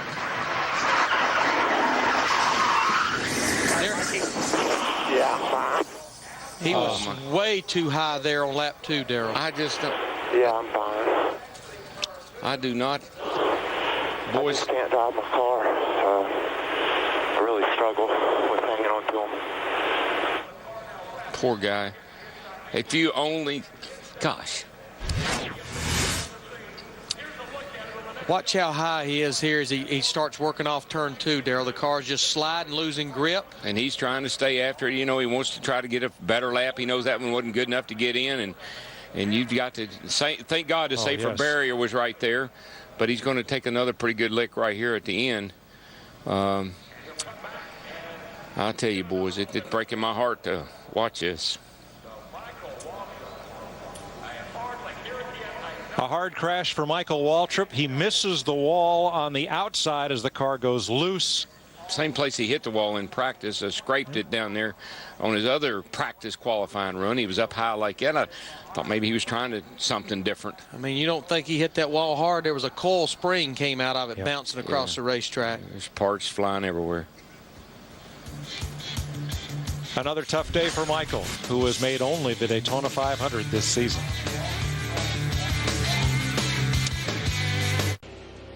For Greg Biffle, a change of crew chief, but no change of luck. He cut down a right front, pounded the wall in his Roush Fenway Ford, and is headed for the garage. Look up in the shadows of turns 1 and 2 for Biffle. Yeah, he's already in the wall there, but I tell you, he's had a rough year with right front tires there. He blew out one testing at Vegas, and I said it was the hardest lick he'd ever taken in his life, and he's had a couple hard licks this year. That was a very hard lick there. Right dead middle, looked like in the middle of 1 and 2, straight up to the...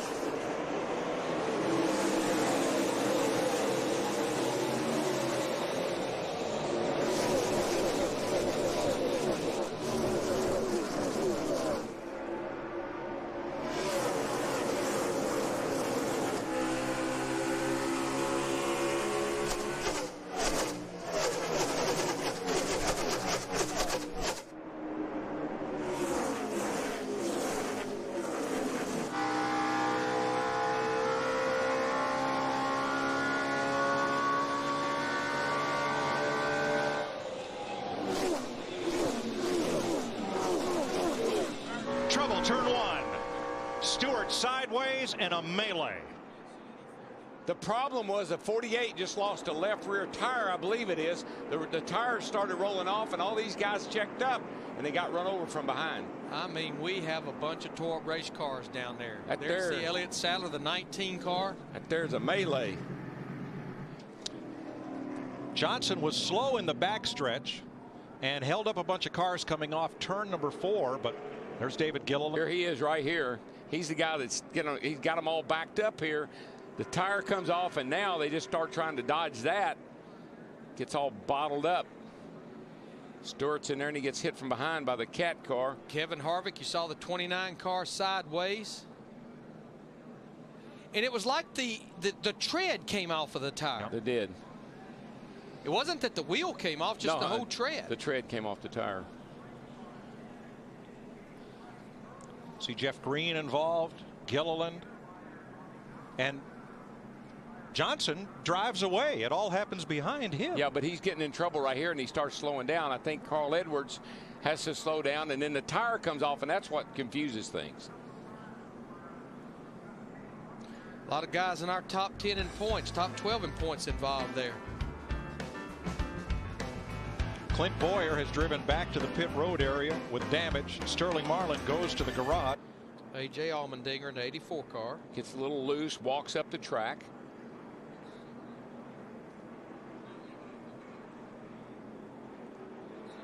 And then as Jimmy comes off 4, bottom of your screen, he's got a handout to warn other drivers.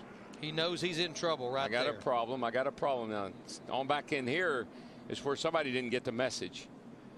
Now watch Johnson, top middle of your screen on the right.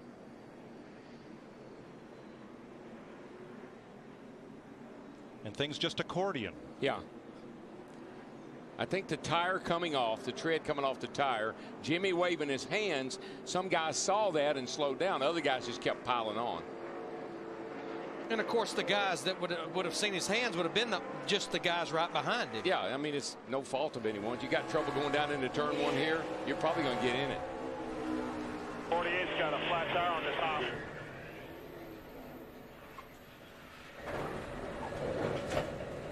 Now who's the wittiest driver in NASCAR? See if Kyle Petty gets your vote right here.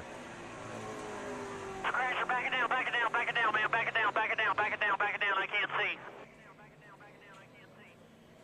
Go high, go high, go high if you're still going. I got a tire in the... What he said was, I got the tire, but I couldn't get the recap. Yeah, talking about the carcass that came off Jimmy's car. You know, guys I see that are involved in that, guys that's already with backup cars for this race. Jeff. Yeah, still going. Still got a long way to go.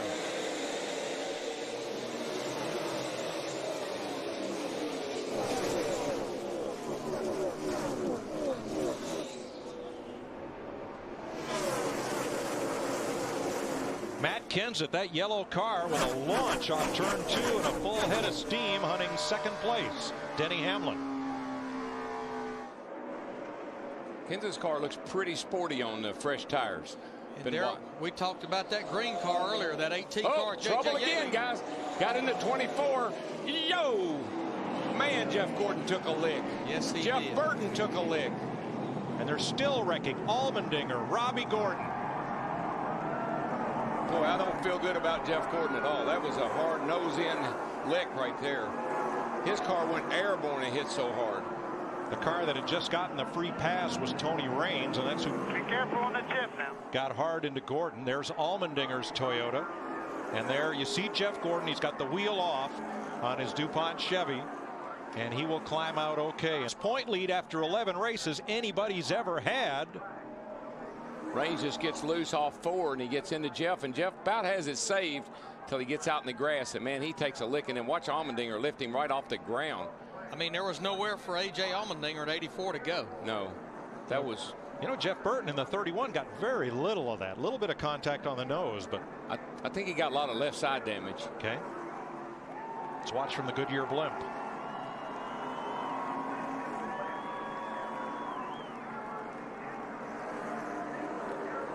Jeff Gordon he came so close to getting that thing saved. 3,400-pound cars just bouncing around like basketballs.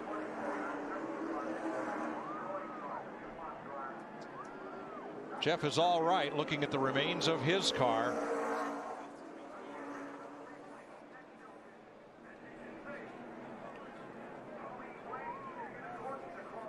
Comes across right in front of Allmendinger. Oh, that's a hard hit. Oh, it is. Even though it's the safer barrier. Oh, that's a hard hit.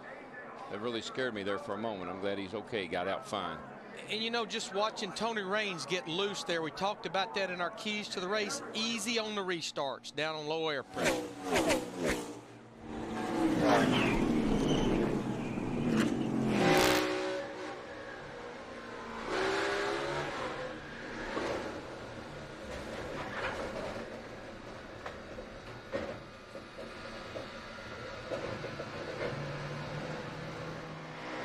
From Jeff Burton.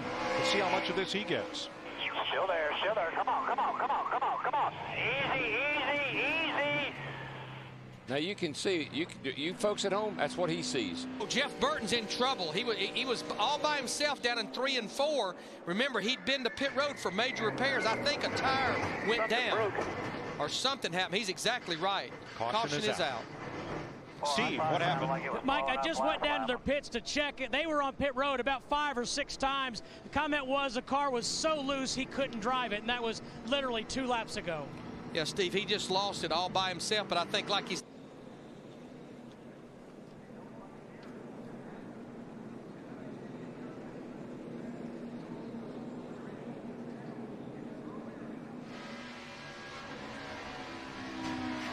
Yeah, you sound like a tire. I believe he lost a tire going in there.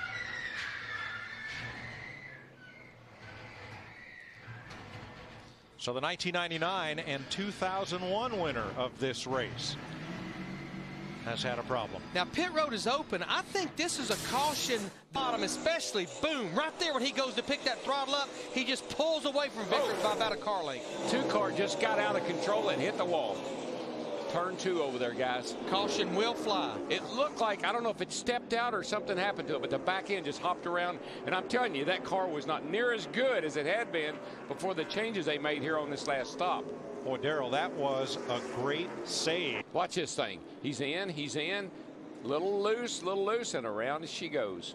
Well, you put a dent in one beer can and the other gets the free pass, Dale Jr. But you heard what he told his crew chief, Troy Raker. I don't know what's happened. This track has just cooled down, and we have lost it. Remember what we talked about, keeping up with an ever-changing track. Actually caught that wall pretty good with that right rear. He really did, but Larry, I watched them. They screwed down. They took wedge out of that car, and they freed it up too much. And I just don't think we can. Carl Edwards. Turn 2. And he was running in the 3rd position with his 99 car. Well, it's got to be a tire. Got a tire. Dick? Yeah, the crew has just sprung into action. He had been running so well, but they are getting ready to change tires on the number 99. Oh, who'd he take with him? His teammate, David Reagan. Oh, no. And Bill Elliott piles in. Come on around if you can. What was up with that? But I'm telling you, that breaks my heart for David Reagan in that 6 car. He had been running in the top 10 almost this entire race. And remember, started this race at the rear of the field because of an engine change.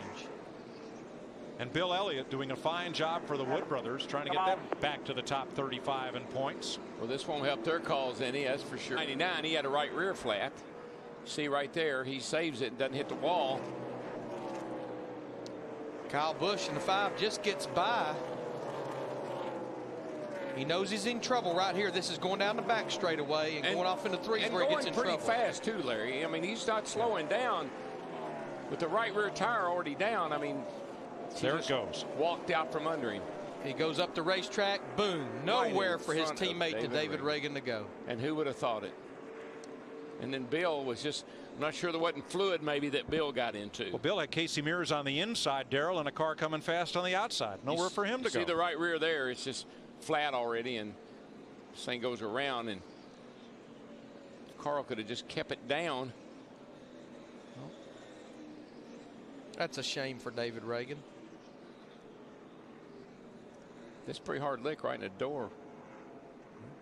There's Mears, and yeah, Bill Elliott, no way to escape that one. Gosh. Yeah, Mears just threaded a needle between those 2 cars. Carl was going pretty fast to know you got a tire flat. Yeah, when he spun, he was at 90 miles an hour on our Fox tracks. Well, I know we're just past halfway. I don't know we have a hard luck award, but that 6 car, David Reagan, that whole group certainly would be the recipient of it. That's 3 Fords taken out at one time. Let's check with Krista. Guys, some major issues for 2 of our top runners. And I think it's a young guy, a young driver. They had trouble in the pits. They had to change a battery. He'd been up front. Now all of a sudden he loses his focus and he gets concerned.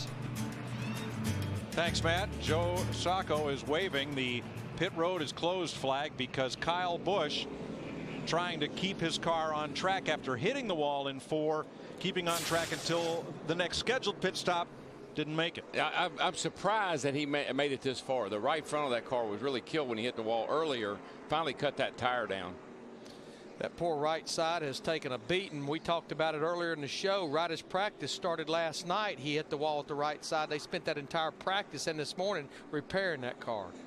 And wrecked his Busch car. And you know, all he really wants to do, I feel really sorry for him. He's all I want to do is get through a weekend without any issues. Going in and out, well, it's out. Turn Doug 2. Said, excuse me, Krista. Casey Kane's in the wall. Right in front of the 83 car. Caution will fly. Well, I've been watching that 9 car, and he was the right side a little bit, Kenny. I don't think it'll be right here. She's loose, and around she goes, but not around, but it hits the fence. Boy, and he pancakes it right there. Yeah, he hit it hard.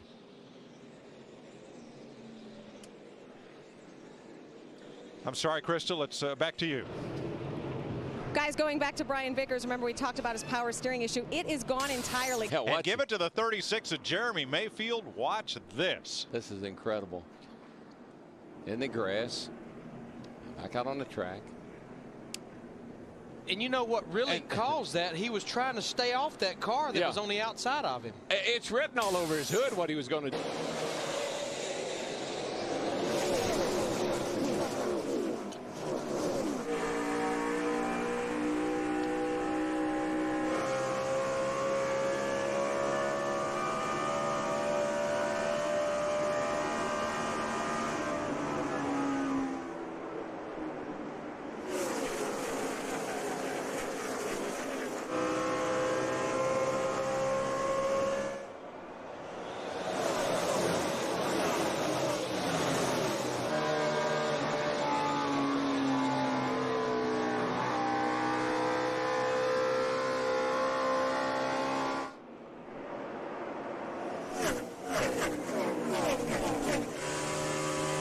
Matt Kens at the outside on a restart. Oh, Kurt Busch. He had a tire go down earlier, fell back off the lead lap, and now. And he was sitting there 1 lap down. First car 1 lap down. That's going to do him. Pretty much done him in. That thing's.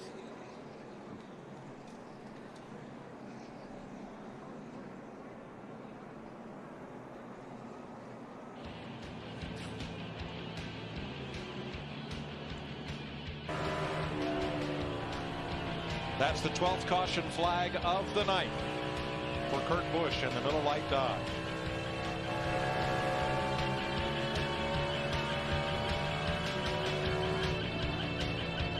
That was Brian Vickers, and he's going to make it around to pit road with right side damage. Yeah, he cut a right front down, I reckon, and got the whole right side of the car torn up. That's unfortunate. This car has been so good. And there's the caution. Maybe one more time. Family. White flag in the Mears air. gang. Bakersfield, California. He's going to do it. Roger. Rick. Now Casey. All he needs is a gallon of gas. He doesn't even need this. He just needs fumes. That's all he needs. Yaley second.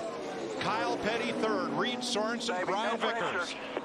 No pressure, and he has got it made. He can coast. He can coast from there.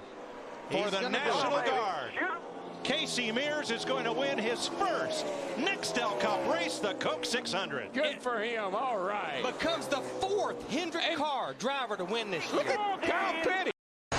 This was earlier today here at Pocono.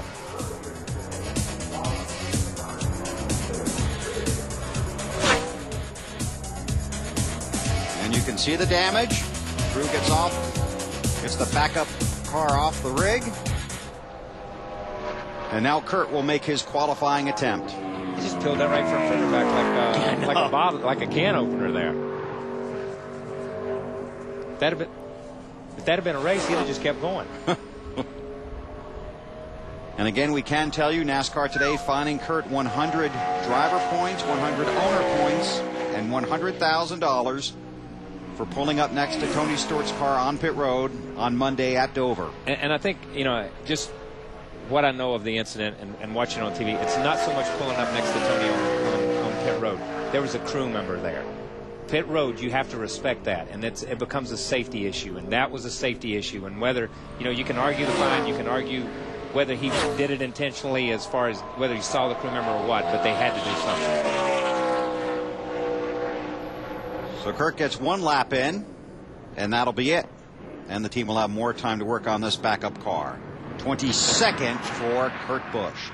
Kurt, this has been a very tough day for you in a lot of different ways. And then you have to go, after everything you dealt with this morning, getting into the wall a couple of times, the fines coming down, then you got to go out and qualify a car you've never been in before. How tough is that to do?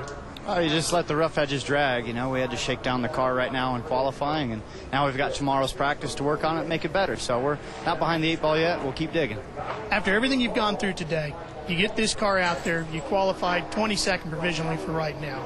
Are you feeling like you've turned the corner on the weekend, or are you still climbing out of a pretty deep hole right now? It doesn't matter. We're here to do our job, and whatever cards we're dealt, we're going to go and work with them. And we've got still Sunday's race to make up some points, and that's what we're here to do. Kurt Busch in the show. Because he's not getting a lot of body movement under acceleration. Well, Mark Martin missed his pit sign. Matt, you know a way to... Oh, trouble! Boy, those guys didn't need that. Dave Blaney. Caution is out. Wow. Rolling, but I don't know who got into it. Look at how flat the back of that car is. Come on down pit road. That looks like a gremlin. Yeah. Let's see what we might be able to see. 16 car appears to have some damage on the right front. See the 16 on the bottom there. Ooh, boy, that car started bouncing up the racetrack. Didn't it look like to you? Yeah. The 16 car looked like it just started hopping in the front and started creeping up the racetrack and got into the left rear of Dave Blaney. And I'm going to say something here in Biffle's defense. Biffle has struggled with that car all week long. Look at that car that bounce. Thing looked awful down there. Biffle got into the 22, but he was out of control when he got into the 22. Yeah. So you can't blame Biffle for that, because I'm telling you, man, he has struggled since they unloaded this thing, and it just got away from him right there. Hard hit for Blaney.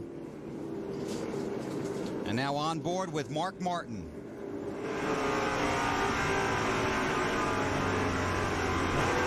Get in the front of you. They're up high. Come on through there. Come on. All clear. Caution is out. We're under caution here at Michigan. Juan Montoya has rubbed the wall. He had brushed it earlier, got the right front fender on the tire. And if you have really good eyesight and you look in the distance, you'll see Juan up into the wall. And that's a pretty good hit. Yeah, that into looked like he the lost the right front tire. The rest of the field to the restart here at Michigan.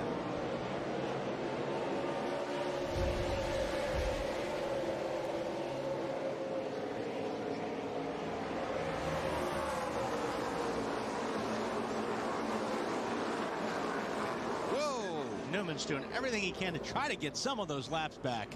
Oh, ooh. Around off the front of Jeff Green. Ryan Newman, caution's out. There's the one car. Yep, and Vickers, 83. Matt Kenseth, the 17. A lot of good cars right there. I tell you, the one car doesn't look hurt right there, just at first glance. Flat tire. Just needs to keep here. Ease it around. You got plenty of time. This is Newman, who's several laps down. And I'm going to say from that angle, Newman could turn left on the 66. I don't think that was Jeff Green's fault. They were already, Newman got a run on him, went to the outside, knew he couldn't get up into the leader. Obviously, he did not want to get into the 24 car, cut back across the hood of the 66. So I'm going to call it that more than the other. Well, I don't. You call it one way, I'll call it the other. I call it, it looked like Jeff Green's car took off up the racetrack. This is the ugly part. Yeah. You see this, and we see this so many times in this sport. There's an accident that happens, but there's a bigger accident trying to avoid the main accident. And you see two cars get together, they both get taken out themselves. Look behind, look behind. You see the wreck here, but look behind as you see this right here. These guys are checking up, and boom, they just start jumping out of the pack. You can't see it. We moved or the camera goes the other way, but you see the smoke on down. These guys are checking up. There's no place for anybody to go. And try and watch for the 8 in here, because Dale Earnhardt Jr. has already been on and off of pit road. This is on board with Gordon.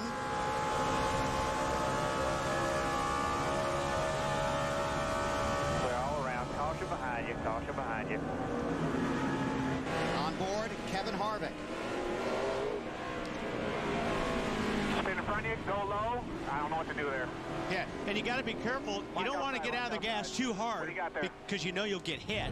Knocks Michael off the lead lap. White flag. Last lap for Carl Edwards at Michigan. One lap, be cautious, be safe. You got plenty of room, 40. In 2005, he had 4 wins, finished 3rd in the chase. Last year, he struggled almost the entire season, never found his way to victory lane. Just after Memorial Day, he spent a day on the USS Enterprise with over 5,500 sailors. Signed autographs for an hour, got to launch F-18s off the deck. He said they inspired him. Carl Edwards off of 4, and after 52 races without a victory, Carl Edwards wins at Michigan. And as you know, Wally, you just kind of get out there and run your lap, and that's it. And then we got trouble. Jeff Green in the 66 and Casey Kane. And there was a report that somewhere back in the field that someone might have been leaking. Caution is out, behind. That almost looked the way they were hooked there, Kyle, that somebody thought somebody was clear and wasn't. Yeah, it almost looked like, and you can't tell until we see it, but it's almost like somebody jogged left or right when he thought somebody wasn't there. First caution of the night. Yep, and that's exactly what it was. Yeah. Jeff Green thought he was clear. Casey Kane was just up on his right rear quarter panel, and there wasn't enough room. And it's not like you can jump out of the gas really hard or jump on the brakes. You got people right behind you, but you can see Casey Kane was there. Yeah, Casey was there, but I don't think Jeff had any idea that he was there, because this early in the race, Jeff was driving a conservative line. He just swung out a little bit to get down in the corner, and I don't think either one of them knew it. And Jeff had such a solid run last week at New Hampshire. And I'm going to tell you something. Jeff has been taken out of races at Daytona just like this on 2 or 3 different occasions when I was behind him. And not of his fault. This is just a racing incident. 3 right here. And it was nothing. It was so close. I mean, just... All right, going to have a wreck here behind us. Wave them off here. Wave them off. 3 wide. Oh, Hamlin. Teammates, Denny Hamlin and Tony Stewart. Stewart, who was going for his 3rd straight win. Oh, they're still wrecking. There's Junior. It's what Kyle talked about on the pre-race show. There's one wreck, and then there's the follow-up wreck. And Junior is in it. Reed Sorensen also in it. And that's a perfect example of the wreck being at absolute at the front of the pack. And the front end hurt much so. And people behind them trying to avoid them running over each other. Well, as you can see, Stewart had no place to go. He had no time to even react. Denny Hamlin, last week's winner. Steering wheel off. It looked like he got in the back of the 11 car, Kyle. Yeah, that wasn't an arrow loose. That was a touch. As a car owner, that is a nightmare come to life. Nightmare, exactly. And see, these guys back here, like I was talking about, everybody's checking up and they got no place to go. On board with Tony Stewart.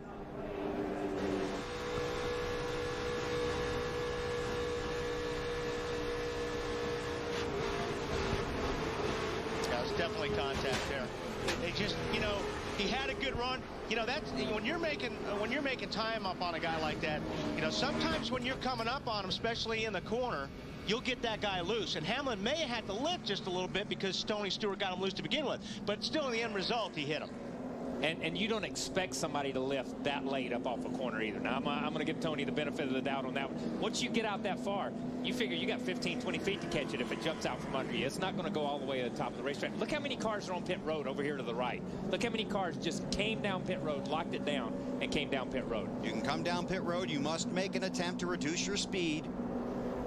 You can also go below that yellow line, which is out of bounds normally, but you can go below it to avoid the wreck. Matt Kenseth through the grass, Greg Biffle through the grass. Larry? Guys, let's go back to the Daytona 500 in February. Obviously much, any more than I had, lap before, but I think he was just a little bit closer than what he had been in the previous laps, and we got into it. It's not too big of a deal, I don't reckon. Bill? Thanks, Lindsay. Caution on the track. Tony Raines. That was... Come on, let's go to the garage here. That's just unusual. I mean, really, this is unusual. We don't normally see this. No, and this racetrack must just be incredibly slick, and these cars are either pushing real bad, and I think Denny said something really... I don't know who it was, got in the back of you off before. I think Denny... All that, I'm going to tell you, man, we got a lot going on out here right now. Okay. Keep coming. No, got to spin. He's up high here. Okay. That was 44's with you. Slow down here. There you go. Brian Nice Vickers job. on board. But that really didn't have anything to do with handling. No, that had something to do with somebody running into each other in a straight line. Right. I'm going to tell you that. That's exactly right. Somebody punted the 96 car. And we don't have a good shot of it yet, and hopefully we will. But somebody absolutely punted the 96 car in the short chute, in a straightaway, where you've already made it past the point where Denny and Tony seem to have their problems. Dale Earnhardt Jr. in the 8 car will be the lucky dog. He was involved in an earlier car. As other problems. This is on board with Carl Edwards. See Harvick's car in front of him. He did a nice job hanging on to that, but you can see. Right side tires, guys. Just put right side tires on it for now. And this is Harvick after he's hit the wall once. Yeah, it just won't turn.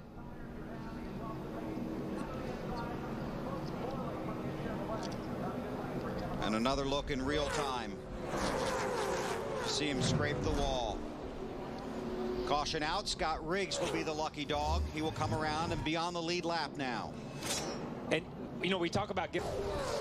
Hey, pass the mustard, would you? McReynolds wasn't acting. That's all I have to say about that. That's a natural. Oh, Marlin. Caution is out. Wow. Oh, there's the follow-up wreck. You blew a damn tire. And there you have it. And that's what it did. And that's what it did. So. And that's what you feel like when you. And I'm going to defend Sterling Marlin until the end of time for that, because that's what you feel like after. Because he was having a great run. Yeah. He was having a great run today in that 14, and he is great at places like this. This portion of NASCAR Financial Group. Watch how fast this thing comes around. Oh. Just got into Ricky Rudd too. So Rudd will have some damage as well. He knows this. He knows he's in trouble right here. Right there. Elliott Sadler, 8 laps down, is the lucky dog. You know, if he would have missed Rudd, he may have missed everything. Yeah. He had that thing spinning down the left there pretty nicely. Okay, go to the garage. Go to the garage, guys. So Sterling things just come together, and that's what's happened, what Todd Perez says with David Gilliland. He says they've gotten a lot better in their communication, and he's gotten a lot smarter as a driver. Last year they ran races. Oh, Charles, stuff up. Juan Pablo Montoya, Bobby Labonte in the 43. A lot of guys dodging traffic back there. Caution is out. Inside of 30 to go. John Andretti. All right, take it easy. Slow down and take care of the tires. You're not that bad. We'll fix the fenders. Keep going here, okay? Don't blow the tires out. 7th position last time by. Ooh. Oh! Montoya with the wild ride.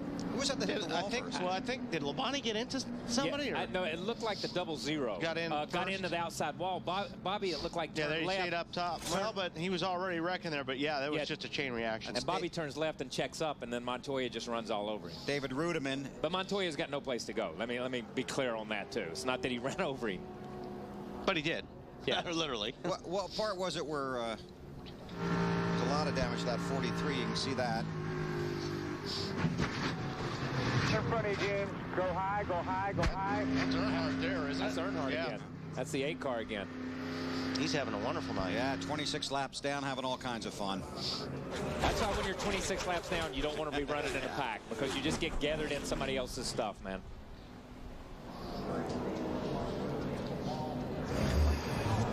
Tony was a little bit longer line around the racetrack, putting a little bit more heat in those tires. Let them run them off a little bit before they get up there and can race with you. Jeff Gordon. Oh, there we go. Gilliland round. Oh, I cannot believe that's a single car accident. I cannot. That's incredible. And let's wait for the follow-up. Caution is out. Hey, good job, man. Okay, keep going, keep going. It's okay, guys. I think we talked to one of the pre-race shows about being lucky getting through all that stuff. Tires.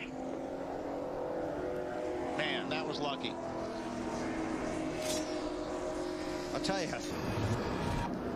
Now you see him in the center there. Biffle down on the bottom. Biffle going to slide up and get him? No, he just lost it right in the middle. Oh, just lost it. Oh, look how close he came taking Biffle out. Almost got Edwards, too. I'm going to tell you, right into the door of Blaney here. You see this thing get out from under him, and he turns right up into Blaney. Boom. Caves Blaney's door in. And Blaney's car never even looked like it moved from the helicopter. It looked like it just drove straight.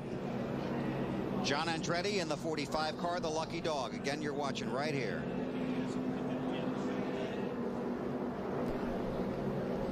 Man. I don't know how you react that fast. I really don't. There is no reaction. I don't think there is. When something happens that fast and it's in front of you, there really is no. You don't have time to stab the brake or stay. You're already in the gas wide open. Remember that. These guys are already flat-footed. They can't go any faster to try to avoid this. If they slow down, they know they're going to get run over. So you just kind of pick a line and you go with it.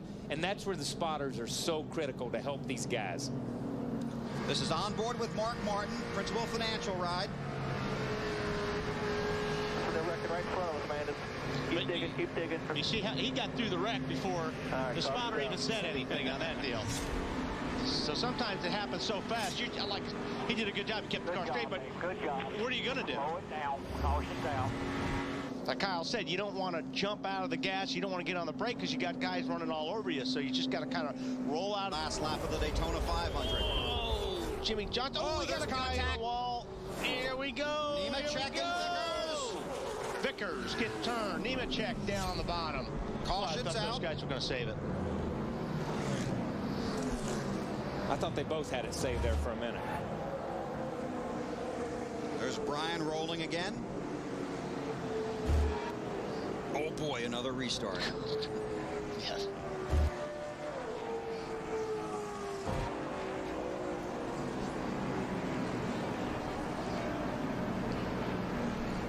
I think these guys just all had a.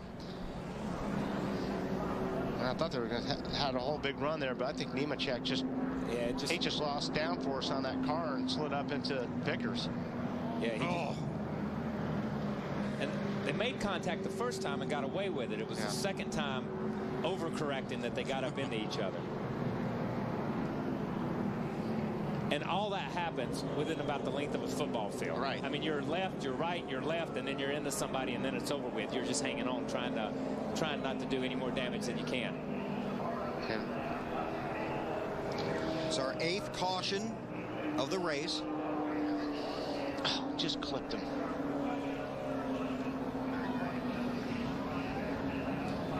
So who was in front when it came out? We're told by scoring from NASCAR, car 24. This is On Board with Vickers. No help right now. Still 3.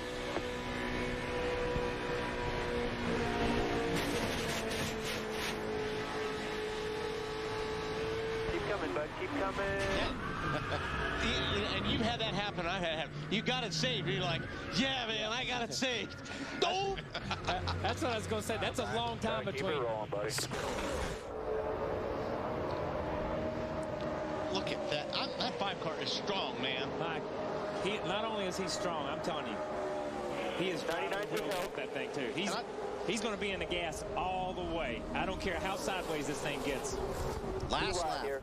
And he needs to be, because if they wreck right now, he's got to be the first guy across that loop. Kyle Busch now has his brother Kurt behind him.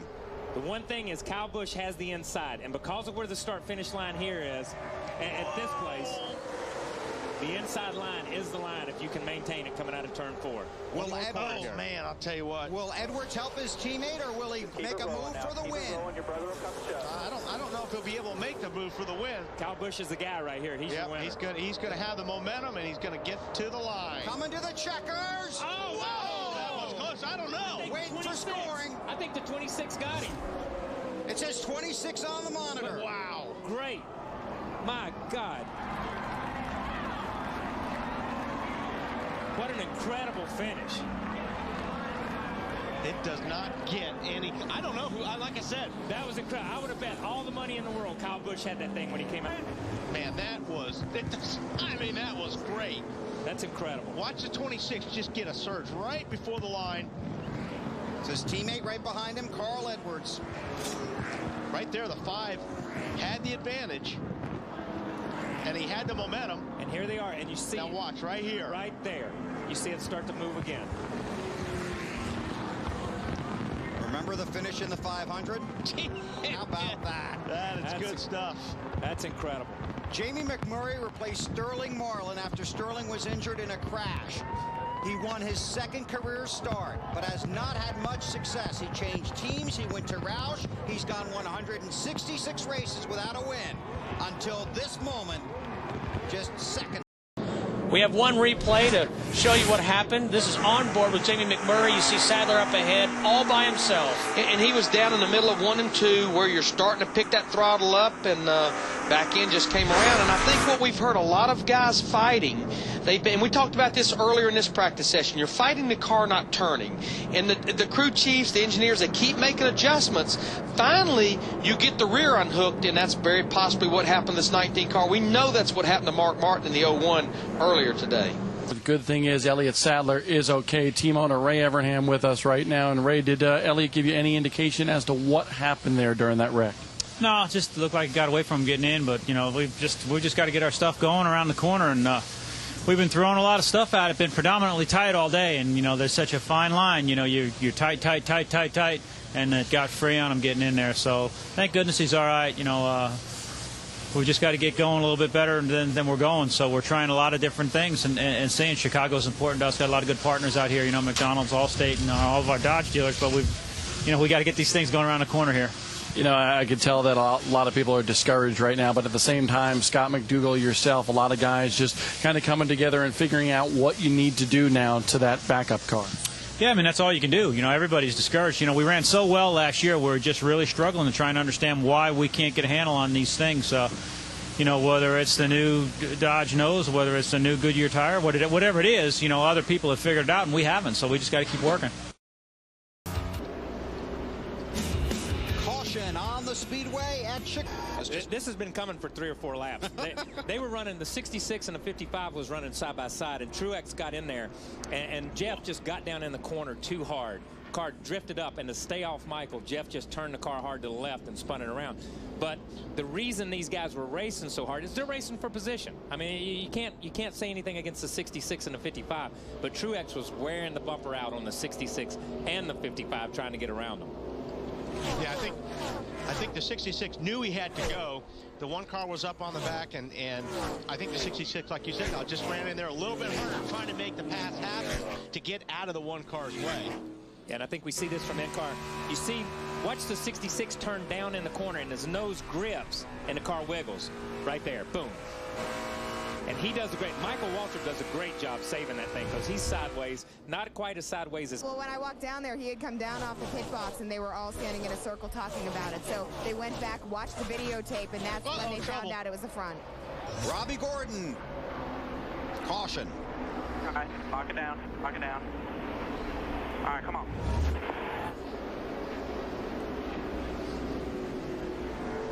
Robbie was running back about 35th. He's all up there. He was by himself. He just got away from it. You see it wobbled a little bit in, like it was loose, getting in a little bit.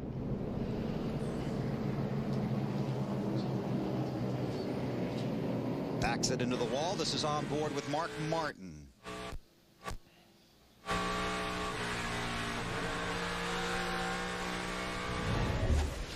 So I say, when you. A hard crash just occurring. Ward Burton, and that's Dave Blaney.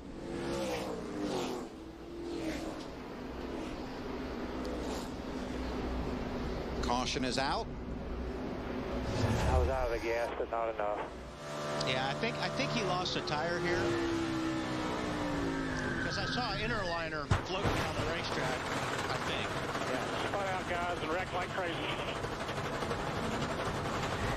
That was a hard hit right there on the driver's side, too. See it? Yeah, see the tire? Yeah, that inner liner? That's a good call. Good eyes there, Wally. That was good. Clint Boyer is the lucky dog. So Junior, no power steering, but hanging in there. Tony Stewart holding off Jimmy Johnson. Oh, Johnson has crashed. Hard crash, Jimmy Johnson. That is a hard crash.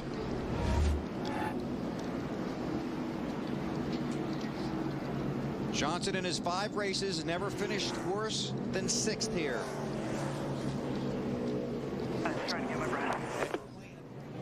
Lets another tire let go.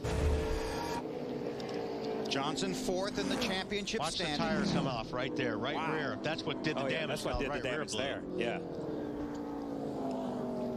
And you know, that's kind of unusual. I mean, a lot of times when we see a tire go down, it's usually the right front because that's the one that gets abused so much.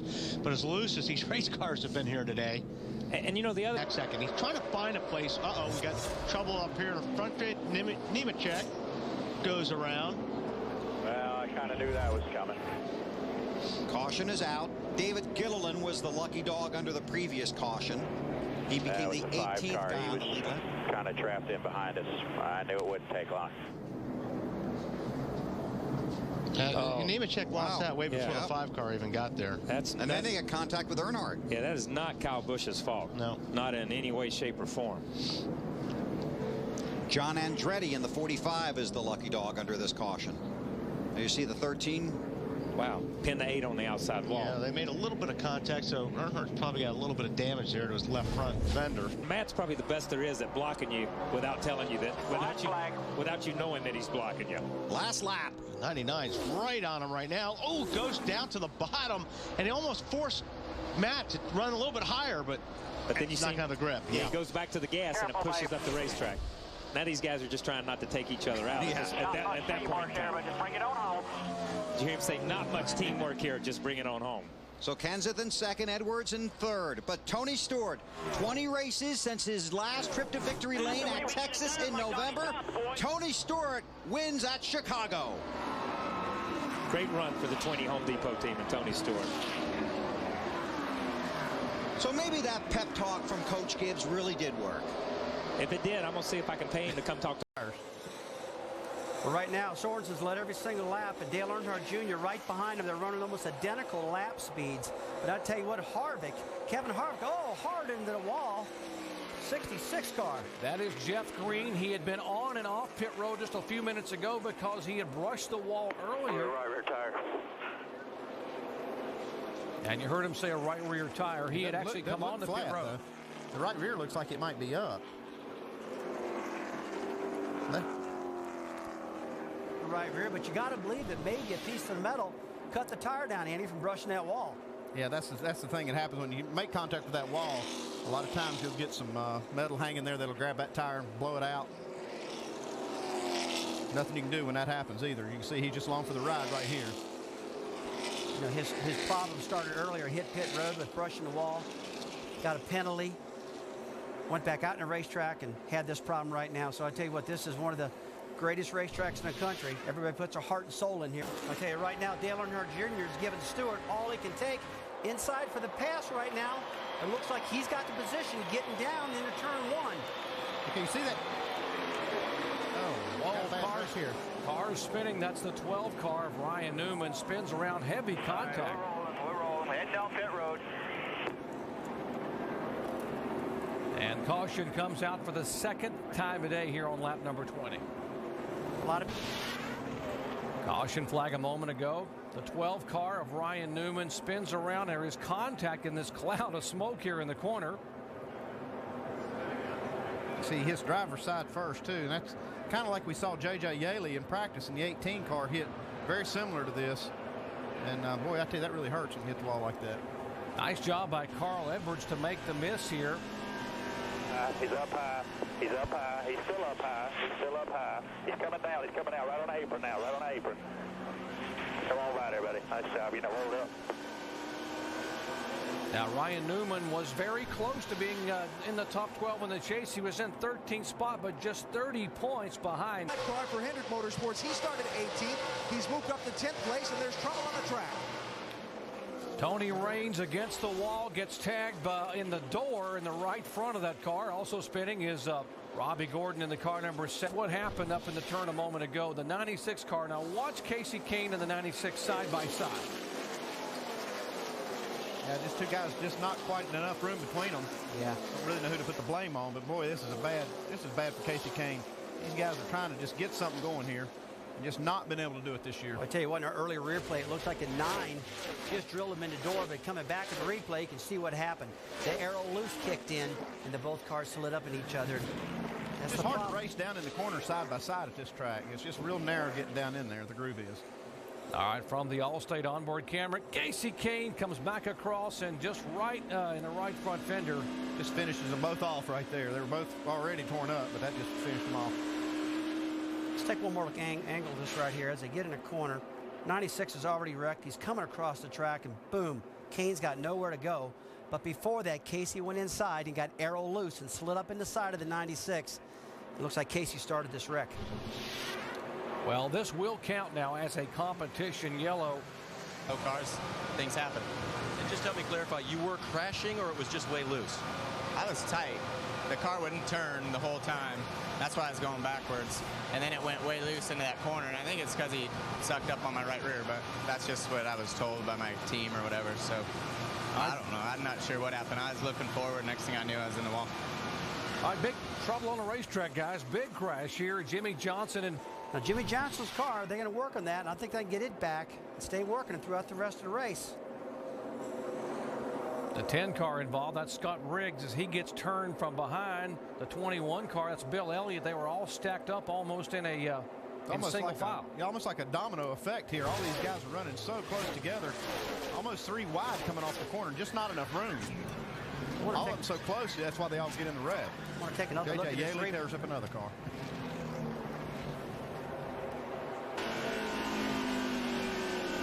Trying to back it way down middle of 1 and 2. Big wreck. Big wreck. Back it down, wave them off. They're still checked up around here. Speak your way through there. Take your time. Pick your way through there. A lot of debris. Clear high right there. Clear high all the way to the racetrack. Come on through there. Boy, Elliott Sadler's spotter being able to weave him and talk him through all that debris on the racetrack. We're going to take one more look at this replay here shortly, getting into turn 3, and let's see what happens to this again. See the 48 car trying to make it to pit road right now. Got the left front. He's trying not to tear the fender off, Andy. A chain reaction crash involving 5 cars. We'll update who the cars are, how much damage, and what. He went up the racetrack. Dale did. He shot underneath him. That's a classic case of aero loose, and you can manage that. Crash. Another crash on the racetrack. 4 cars involved. Scott Riggs tries to avoid it. 25 of Casey Mears involved. The National Guard Chevrolet, another one of the Rick Hendry cars. Another one of Ray Evernham's cars involved here too. Looks almost the same as the last wreck we saw. These 2 cars just getting together. Just not enough room for these other guys. Guys, we talked earlier in our broadcast about you need to get single file down into turn 1 and into turn 3, and they're not completing these passes as they get in a corner. And you can see the 25 car of Casey Mears gets aero loose and gets up into the side of Johnny Sauter. Just so hard to pass getting in the corner at this racetrack. You really have to start that pass off the corner and try to clear them on the straightaway. Now from the onboard camera for Elliott Sadler, the Allstate onboard. Let's listen. Clear, all clear about 2. Pick it up here. Come on the low side. Come on the low side.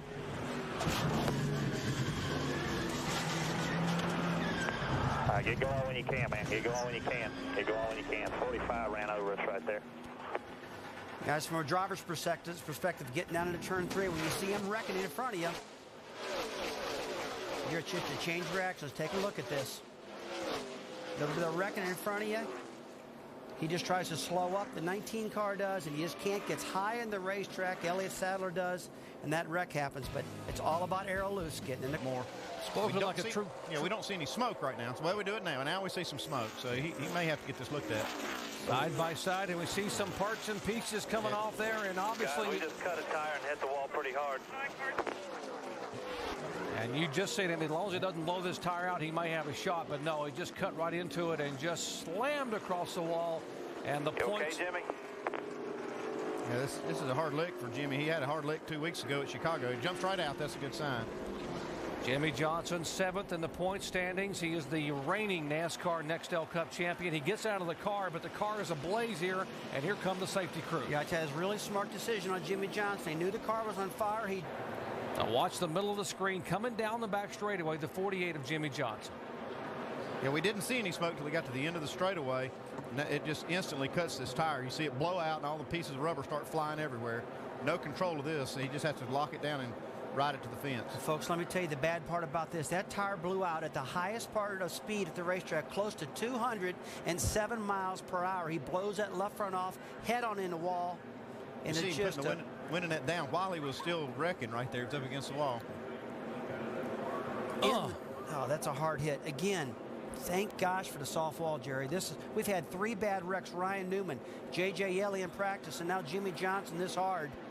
And he said, you saw the window net come down. Good indication he's okay. The safer barriers debuted here in 2002. They updated them in 2005. Onboard camera from Jeff Burton looking up. Oh my heavens! He says, when you're a driver, when you're a driver, you see that happen in front of you, and you got to just curl up in the seat. Jerry, you really feel bad for somebody.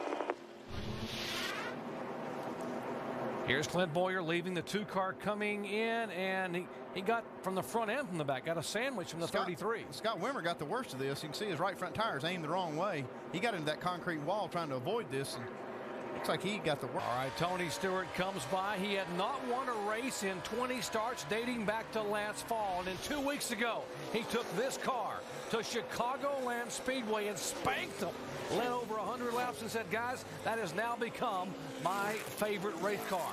I want to take this car to my home track.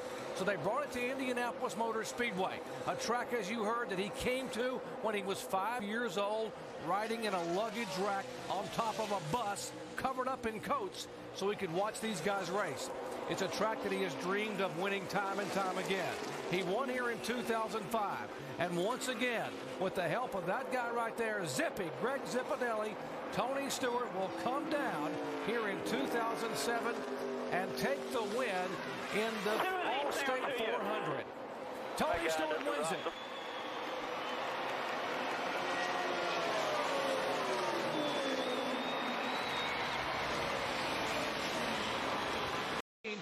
Had a series leading 6 wins. Well, we got one car was showing smoke sliding sideways. We'll get back to that again. Jamie McMurray for the second time today, but this time it's coming out of turn 3, and that will bring out caution number 3. As we just saw right at the tail end of our video there, I saw the car get loose, and Jamie has definitely started this race much looser than he needs to be, anticipating that the racetrack, as the fuel burns off, the car's going to get tighter, but just kind of overshot in his thought process right now, Andy. I saw some parts or looked like rubber flying. Maybe it could have just been the tires blowing out there and rubber flying off the tires. Back here, he got the 40 car behind him. He's got a little help. He got a little help from the 40 car. Yeah, he got aerodynamically loose, though. It looks like the 26 got tagged when he just couldn't hold on to it. Yeah, that's a little more than aero loose. Looked like he got a little bit of a tap there. Yeah, might have got bumper loose back there in turn 3 from the 40 car, but the 26 goes around. He locks it down. That's what they tell you in the driver's meeting, right? Well, you got to lock it down and turn left. That's what you got to do. And I tell you what, he skirted 2 big problems. 2 big spins and hasn't hit anything. Carl Edwards on board camera. Stay high, stay high.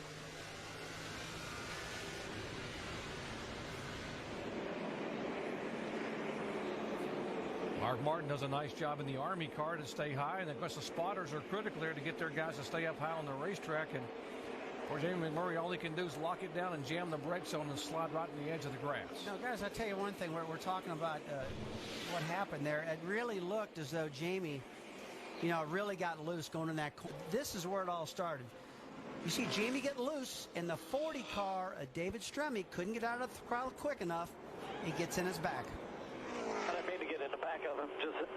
He got loose there, and I'm checking up, and then the 18 got into me. Yeah, that's all right. You seen it.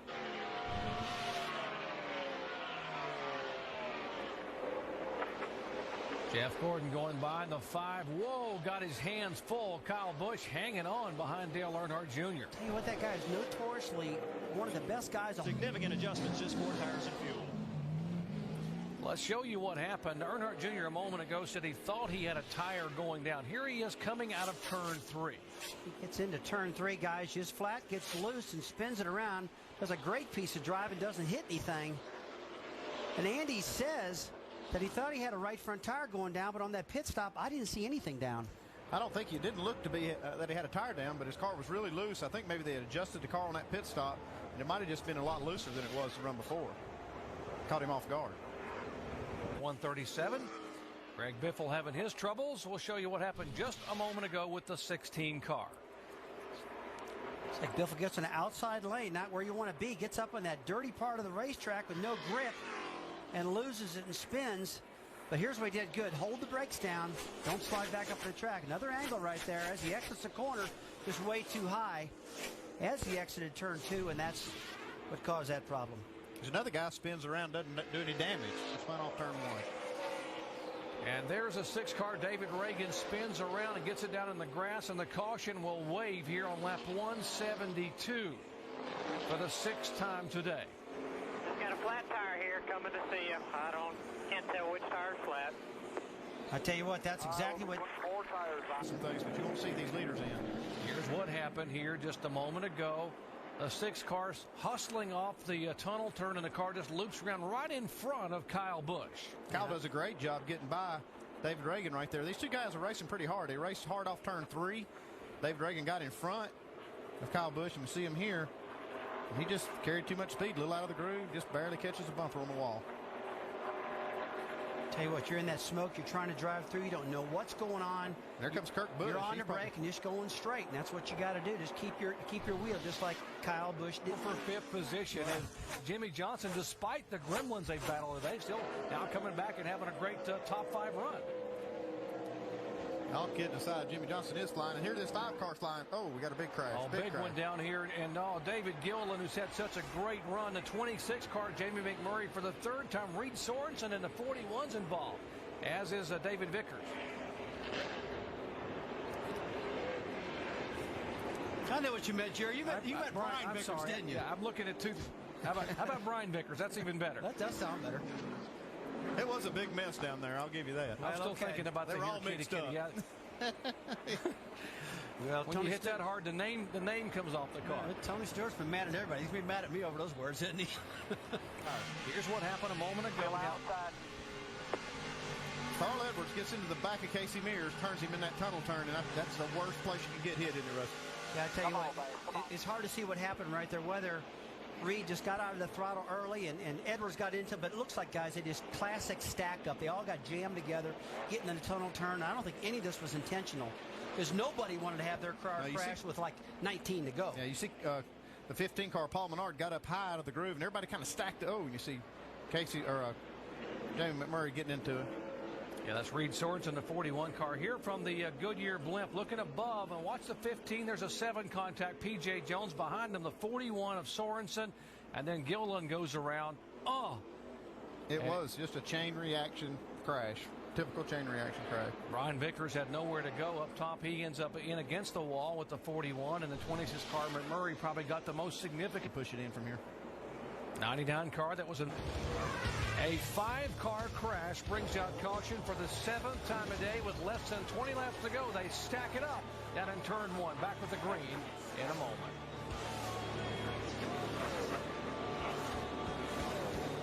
White flag with him at the head of the field. I tell you what, it's been a battle of the beer cars late in the race with Kurt Busch and Dale Earnhardt Jr. Looks like the blue car is going to win that battle today. The Miller Lite car of Kurt Busch. His car started on the front row.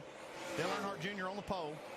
But boy, did Junior come back with that shock change. And boy, Jeff Gordon, he knows he's out of time. He's going to try to get all he can out of Denny Hamlin. This is the final lap.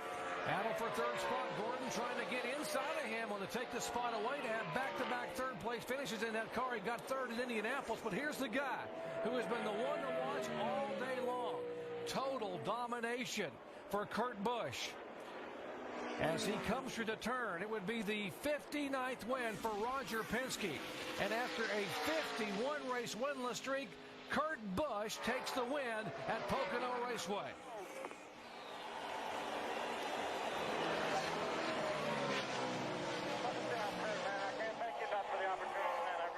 Last week, and Harvick makes the pass. But I must say, too, that two of the best drivers out there, really great drivers.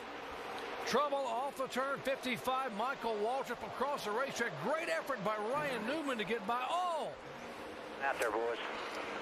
They almost all got by there. Looked like maybe it was Joe Nemechek caught the left front of the 55 of Michael Waltrip. And Nemechek couldn't see the smoke was there, and he was the last guy in and just couldn't get away from it. Unbelievable job for everybody missing that spin of Michael Waltrip.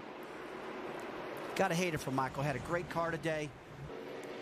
Let's show you what happened here just a moment ago. There, and I had it saved, and somebody hit. That's good tight racing going on right here, and looks like he just got loose. He got loose when the 43 got along this right side of him, it looks like, Andy. Looks like he had to check up to keep from hitting the guys in the back, and then that 43 got so close, and that is such a vulnerable position to be in. You can get really loose in that area, and Michael did. Let's ride along and see what happens here. Looking back outside, the 43 outside. Almost like that 43 car just sucked Michael around. That's what it appeared. Hold the brake, now go. Mike's in good shape now, but all of a sudden.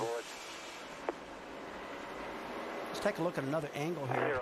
See what happens here. Michael's got to get out of the throttle there. He loses his momentum, and when he gets out of the throttle, it turns sideways. As a 43 drives by, and he's in a real bad position now for downforce on the car. Wow, Harvick just missed Michael Waltrip right there. And he's right there on that in that 10th spot in points coming into this race, and he couldn't afford to wreck right there, but he just misses Michael.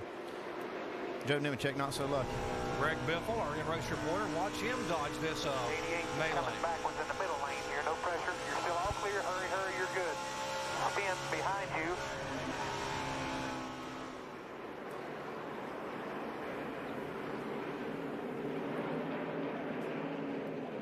I tell you, one of the most impressive drivers I saw there also is David Reagan.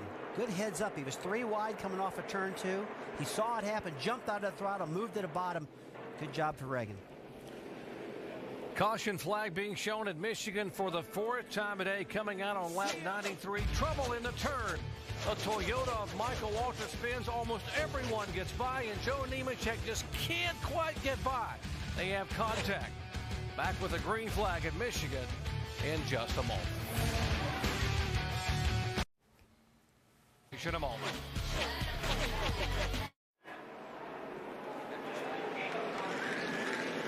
Back at Michigan International Speedway, Jeff Gordon's car has spun and is stuck in the wet grass and muddy area here in the along the front straightaway to bring out caution number 6 on the day. Torrential rains the last 2 days couldn't get the car to move in the mud. Now safety crews are pushing him back on the racetrack. All right. We don't want to pit too early because we don't want to start dead last. So come on. Tires still up. The nose to tail here coming off of turn 4.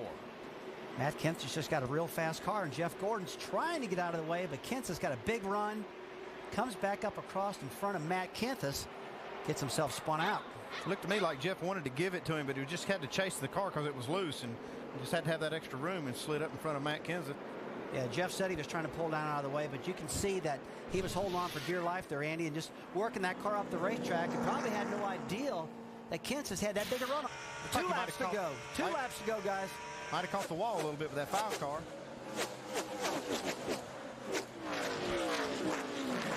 Comes low. Greg Biffle gets into the back of Kyle Busch and loses.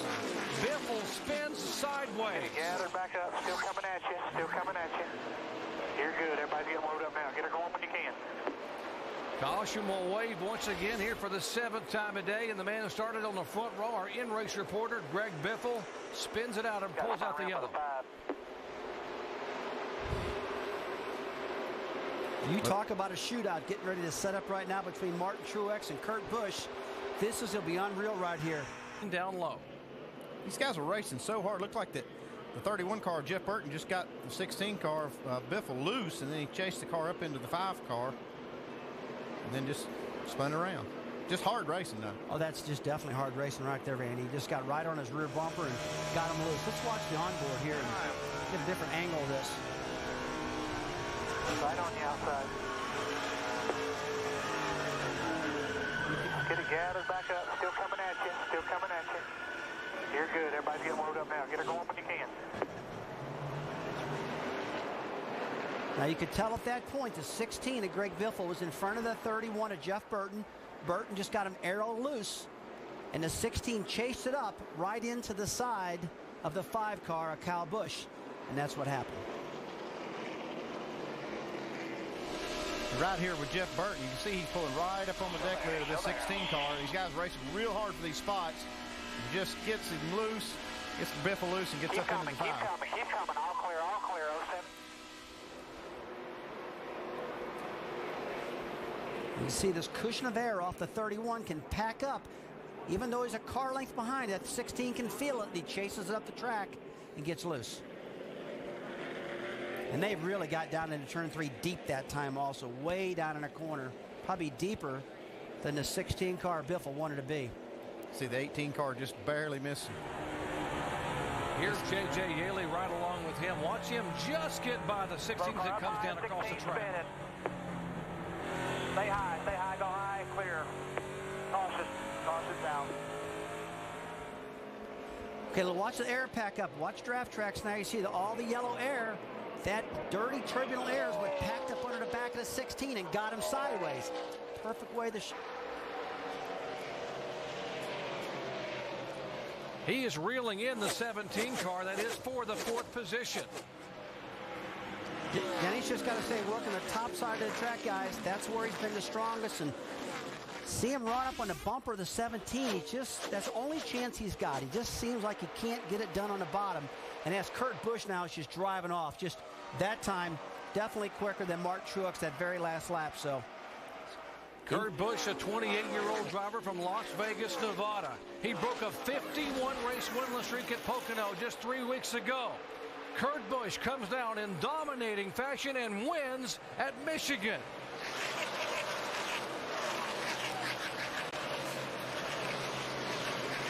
Contact as they came across the line, pushing and shoving, shown in 12th position. Well, if anybody could drive a loose car, it's Tony Stewart. I mean, he's used to driving those dirt cars, and he likes to run these things sideways, and he's getting it done. Crash. The 19 car, Elliott Sadler, spins it, stays down out of harm's way. Former winner here. Does the same here. See how they had way up top of the racetrack and the real slick stuff. We saw that a lot last night in the Busch race. And about 3 cars lost it by running too high. Elliott kind of got out of shape there, but he saved it. And that could have been a big one, guys. Hey, guys. I can't answer that one. It's got to be some short track in Virginia. Something like that. That's what I'm thinking. Hold on to it. That thing's on fire. Got some more coming here. Hold your line. All right, come on down. Get that thing stopped. Get out of it. Get that thing stopped and get out of it. Heavy contact. What happened, Mark? Motor blowed up or something. Safety crews trying something blue. It must have been, it was that left front tire, looks like. And boy, just took, what did I get, an oil line? Yeah, that's what the spotter said. It looked like it blew an engine. And that's the reason he said that, because that tire blew out and probably sheared an oil line off the oil pump or something on the engine.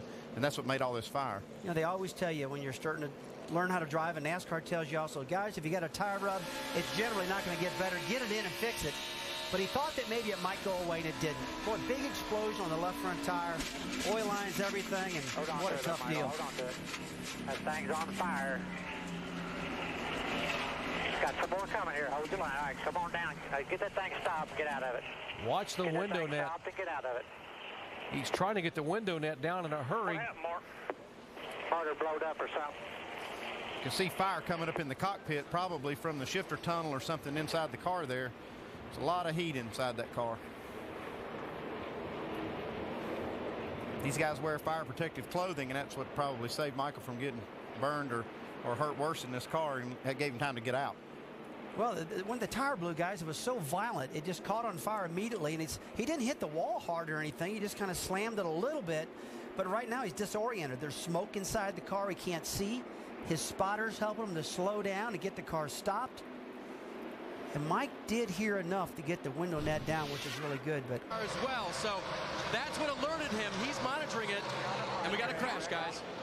Trouble on the racetrack. The 7 car of Robbie Gordon, and whoa, right across the racetrack, and almost caught the right side of another car who was down on the apron. Robbie Gordon had been running so well in that 7 car.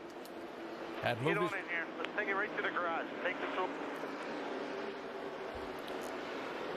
that's about as fast as I ever seen any car go down the racetrack backwards against the wall. That was your... He looked like he was...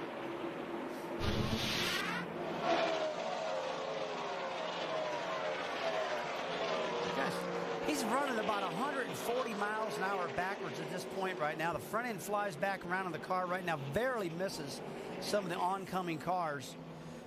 But boy, when he lost that car, that thing turned around on a dime and just flew down against this wall as it goes past us now. That's very unusual looking. When I was watching that, I went, man, don't believe I've ever seen anybody that quick.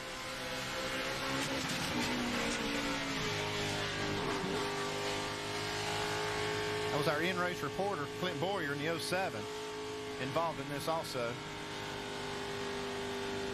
He's up there scraping along that wall. Looks like he's not. Being shown now in the third position. Whoa, contact back there, the 00. Jeff Gordon is involved as well. Rudeman. Kevin Harvick somehow gets through. David Gilliland is involved, the 88 of Ricky Rudd. Looks like Jeff Gordon made it through. He's got some damage on the left front fender. He's bouncing through the grass right now. Gordon is. David Rudeman, heavy damage on the front of his car. There's Gordon, the three-time winner here in career, sitting in the grass here in the front straightaway in the tri-oval area. It's like Jeff Gordon just got in the side of Jeremy Mayfield, shot up the track, and Jeff got slight damage on the left front. It looks like not near as much as I thought. And Kevin Harvick just shoots right through the gap, makes it through this wreck. That could have been disastrous for Kevin Harvick, trying to hang on to a spot in the chase.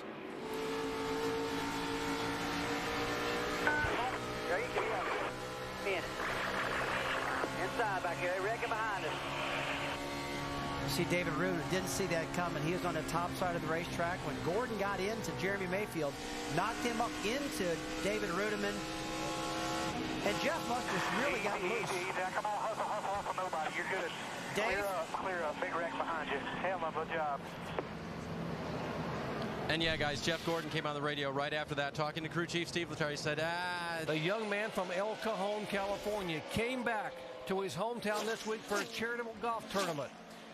A celebrity golf tournament and a charity auction to raise money for Habitat for Humanity for San Diego. He's inducted into the Hall of Fame at his high school. First time he'd been back since 1993. And now on the final lap at California Speedway, Jimmy Johnson, the California kid, is going to do something he wanted to do here for a long time, coming home. Not only to visit the family and friends, but to go to Victory Lane at California Speedway. He has not won since May 6th, race number 10 at Richmond. But guess what? Tonight at California Speedway, race number 25, Jimmy Johnson takes the victory. Gave him a lane to try to let him go on the outside because I knew he was going to have a run off the corner, and I got run in the back of and spun out down the back straightaway for absolutely no reason, and it was, a pretty stupid move on his part. And obviously, I'm sure these guys that he's going to be working with next year don't really appreciate this because they've got a championship they can win this year, and he doesn't. So, I don't know what he was thinking really or what the problem was, but just is very, very. Takes over the second place.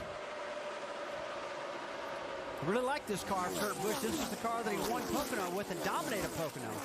Oh, we got some problems with one car, Martin Truex. Way up across the racetrack for Truex. Not hard. Come on, keep digging. They're lined up inside. Looks like the right front tire's down in that car. We saw it go by and went straight up into turn one. Something wrong with the right front, it looks like, guys. I can't tell. No. Definitely right. Come down pit road, right side, pull the tires away. Caution is down for debris. Caution is for debris. We got a tire down. Do you want to come down now, Bono? Yes. Good break. Thing just came off clean. And now Martin can get back to the pits without tearing that fender up. Show you how it started back as they headed down into turn one, over to turn two. On the bottom all by himself here. Nice and easy here, nice and easy. Got something in the wall here, guys. We got in the wall here. Not hard. I mean, he was down right before he got at the corner, right up. He didn't hit the wall too hard either. Just kind of grazed it. And I believe they can get that car back up. And right now he's back up on the racetrack. Looks like he's in pretty good shape right now. Now, he was able to get back because there's an inner liner inside the tire. And what's it all about? For an explanation of inner liner, let's go over to our ESPN Dish Tech Center and Tim Brewer. Thanks, Jerry. Folks, car behind all these cars that are being shown on the tail end of the lead lap. Whoa, contact. Schrader is sideways. Gilliland is in it. The 1 car of Truex, the 17 car of Kenseth. Mark Martin getting his car woed down. These guys were 3 wide off the corners on a real green racetrack, probably pretty slick. And look at this, we've took out 1. Watch a 21 car. It's like Kenny Schrader got up alongside Michael Waltrip and just got loose, spun the car, and they all start spinning to avoid him. And look at that, they just all pirouette side by side. The 17 car to 38, the 1 car, the 00 of David Rudiman. They're all involved. Now it's all smoke. Nobody can see anything. They keep plowing into it. And when you're a driver, that's your worst nightmare, where you can't see when you're going that fast. Now watch Tony Stewart in the 20 up behind the 1. Let's see how he's able to snake his way through. Wow. He got up underneath that 1 car, but it looks like he got through clean otherwise. Looks like Tony's got the top of his fenders, a little bit of damage right there. But Kenny Schrader just ran out of room underneath Michael Waltrip in the bottom, exiting turn 2, and boy, that is the worst spot to get loose, and he did. 38 car Gilliland was trying to get woed down, and the 00 Rudiman was behind him from Michael Waltrip's onboard.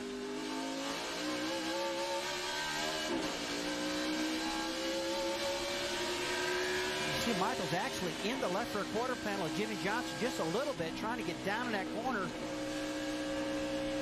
Clears him, doesn't do any damage there. But underneath him now to your left side is Kenny Schrader. And this is where Schrader is going to get loose. And it's happened behind Michael just now.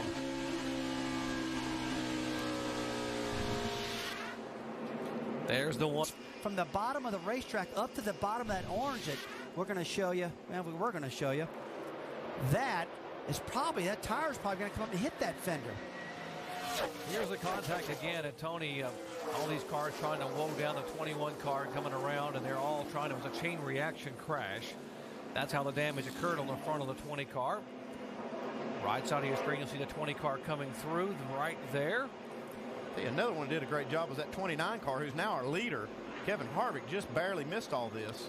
Greg Biffle and Harvick both did a phenomenal job of getting through. Well, Greg Zipadelli's got a tough decision right now because that fender clearance is going to be very, very close. In their engineering plan and program, if you will. But I talked with Greg this morning. He felt that things are good, and Tony Stewart is in trouble. Oh, Tony Stewart, what everyone hoped would not happen, and he has trouble, and he gets the 99 car involved. Man, I tell you, that was just a bad, bad decision right there. Leave him out there. I was worried about that. 10th caution. Let's show you what happened here. Lap 175. Here comes the 2 car. It looks like Tony was having some problems right there, struggling up against the up high, and the 2 car just had too much momentum on him. Carl Edwards was on the high side, and he was trying to have nowhere to go, and Tony's car spun up, and Carl just goes right into him. So damage on the front of the 99, and there's the heavy damage on the back of the 2-time. Yeah, we see the tires flat on the left front. Tony probably had that tire go down and trying to get out of the way, and 2 car got into the back of it. Yeah, that's exactly. You see the sparks flying out from under the car. Nowhere for Kurt Busch to go. That's a great pickup, Andy. The tire going down, and suddenly Tony slows up, and there's nowhere for Kurt to go right behind. Yeah, not totally unintentional by Kurt Busch. Tough break for Carl Edwards, too. He's got his hand out the window. Watch the left front there. See his hand come up. If his hand comes out. Tires down. You see the sparks flying. It is, yeah. The sparks are flying out. The tires went flat. And what's Tony probably so frustrated about, he's trying to slow down, get out of the way, and he gets hit behind. And really, Kurt didn't have anywhere to go. He just couldn't slow down that quick. Just a tough deal for both of these drivers. 2 chase contenders, 3 chase contenders in this now. So, wow, the chase contenders here at Kansas City today have had a tough go of this. Tony Stewart began the day second in the chase, just 2 points out of the lead. Here again's what happened. Watch the left front. See the sparks come out, abruptly slows, and there's the 2 car.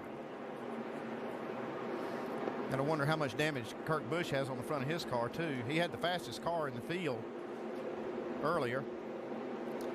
Poor Carl Edwards, he couldn't see anything. You know, the amazing thing about this tire failure on the left front of the 20 car is that it didn't actually blow out. It was deflated. It was down. You could tell it was going flat, but usually when this happens, you see him just exploding. And it didn't happen this time to Tony's car. I'm sure you know what this feels like right here when you had a car that could have won the race. Let's go down where Jamie is caught up with Carl Edwards. That's right, Doc, and Carl's out of the car, and he's out. 2:10. It is Biffle, who's awfully hungry, trying to get win number 1 in 2007.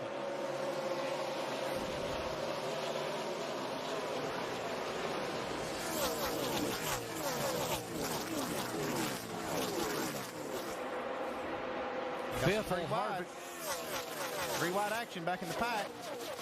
Jimmy Johnson a part of that 3-wide mix. Oh, contact down the back straightaway. The 11 car is involved. McMurray is involved. 15 wrecked us. Yes, he did. Just hold the brake. Denny Hamlin slides all the way the length of the back straightaway. Gets it, tries to get it refired on the bottom of the racetrack. Caution for the 11th time today. If we remember yesterday, the 15 and the 20, or the 11 in this case, is Denny Hamlin. They were going at it yesterday. Not him as Paul Menard. Just some real tight racing. Whoa, it looks like Jamie McMurray actually got into the side of Paul Menard. And that's another part of the racetrack that's pretty unstable, guys. They're 3 wide side by side. Jamie's trapped on the bottom and slides up and gets into Paul Menard, and Paul Menard gets into 11 car. And there you go. But there wasn't any room left because of the 3 wide action off of 2. These guys are going for it, though. You understand, with 26 laps to go, they got to run every lap, like we said earlier, like a qualifying lap. Got to get it on. And they were doing it. Hamlin's car has not refired. He's still sitting over there on the apron where this car came to rest. Now here's the contact: 26 into 15 into 11. Yeah, I'm sure Denny Hamlin thinks that he got contact from Paul Menard. He didn't see what happened below Paul. Paul Menard and Denny Hamlin raced each other real hard in the Busch race yesterday. It seems like they can't get away from each other. Show you what happened in the NASCAR Busch Series race. These guys here again. There's the 11 of Hamlin, the 15 of Paul Menard. He was in the middle of that. Of course, the 26 McMurray. That was the initial contact into the 15. Well, Denny probably doesn't know that Paul didn't do that to him, so we'll get some more information and watch our replays and see what happens here. Let's listen in to Denny Hamlin's on board as you watch the ride and he took. 3 wide, still 3 wide, still 3 wide.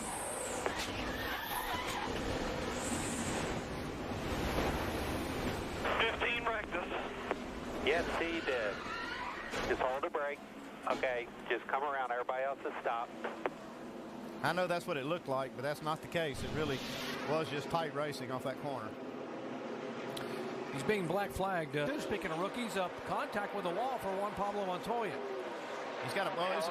Easy. Yeah, they're going to have to throw a caution for this debris now. Oh, man, 4 laps to go. Oh, this is going to change everything. Debris right in front of Greg Biffle. Caution is out. Caution's out.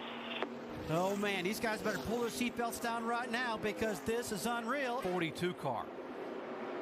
See this tire come completely apart. That's a lot of tire rubber right there. Pretty heavy piece. Debris coming off. Now watch for Biffle's 16 car to come right through. There. Looks like he caught a piece of that thing. He got a little bit of that stuff, and I don't know who knows how much of it he hit.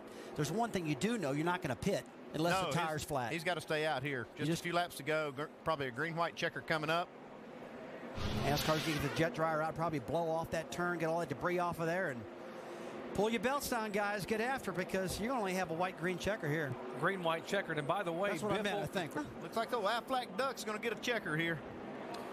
Greg Biffle, 37-year-old driver, had gone 28 races. His last win was at Homestead at the end of finale of 2006. Flag, buddy, right there. Checker flag. And Biffle takes the win at Kansas Speedway in what was an unbelievably long day. But he doesn't care. Right now, he is a winner in 2007.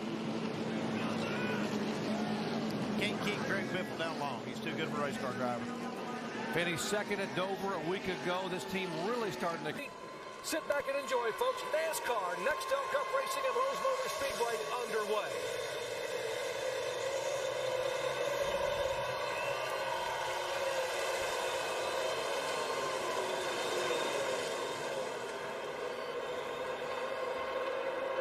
Way up high, Dale Earnhardt Jr. said, that's my groove, and I'm going to take it early on. Well, he just dusted him off 3 wide on the top side of turn 2, heading down the back straightaway, and didn't think twice about that corner being slick or nothing. David Rudiman in the wall already right off the bat. Rudiman trying to follow. Hold it up there, hold it up. Entering Calamity Corner, you heard us talking about it. In the wall in the Busch race, it's just so difficult to get going here on these cold tires. Andy, he was almost in the tracks of Earnhardt Jr. Earnhardt Jr. didn't slip, but he did. But his car was just a little bit freer than Junior's, and that's how he got up there. We don't even get an entire lap completed. Remember the 0-0 Rudiman in the wall in lap 1 last night in the 99 car, also in the wall here in the NASCAR Busch Series race. Back with more after these messages and a word from our AV. Back at Lowe's Motor Speedway under caution for the second time tonight. One of the top rookie contenders, David Reagan, having trouble with his foot. Pretty tight racing right here. Oh. Didn't know that 41 was out there, I bet. No, I just didn't see it coming. If I was a spotter, I'd have been hollering right now. He's an outside, but he might have been doing that. This stuff happens awful quick. You close the rate of closure. As you're coming to that start-finish line, that's your fastest part of the racetrack. A little bit, but he's saying he has a push. Basically, when he goes into the corner, that car just wants to go straight. 41 in the wall, guys. Jamie caution for the third time and not the 41 car. Reed Sorensen. His Dodge has had contact with the concrete. Now we'll bring out caution here on lap 67. About 8 to 12 laps. Quite a few guys scraped the wall, and there could be some debris out there that these guys are getting into. That thing definitely blew out. It's a good thing he was up that close to the wall. That's a great point right there, Andy. A lot of guys, if they blow a tire and you're at the bottom of the track, you're going to go clear to the top and knock that wall down. He was only 2 foot off that wall. Almost identically.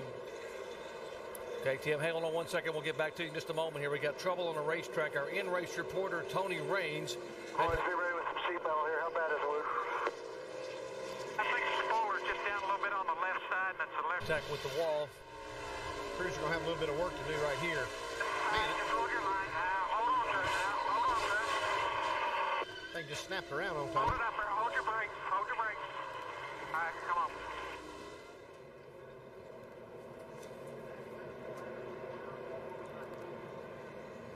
Tony Raines, of course, this car next year being driven by J.J. Yaley. Tony trying to drive and make a statement the last 6 races of the year to be able to get a ride for 2008. Now, as he comes on the pit road, let's check in once again. Man, I'd probably say, yeah, right.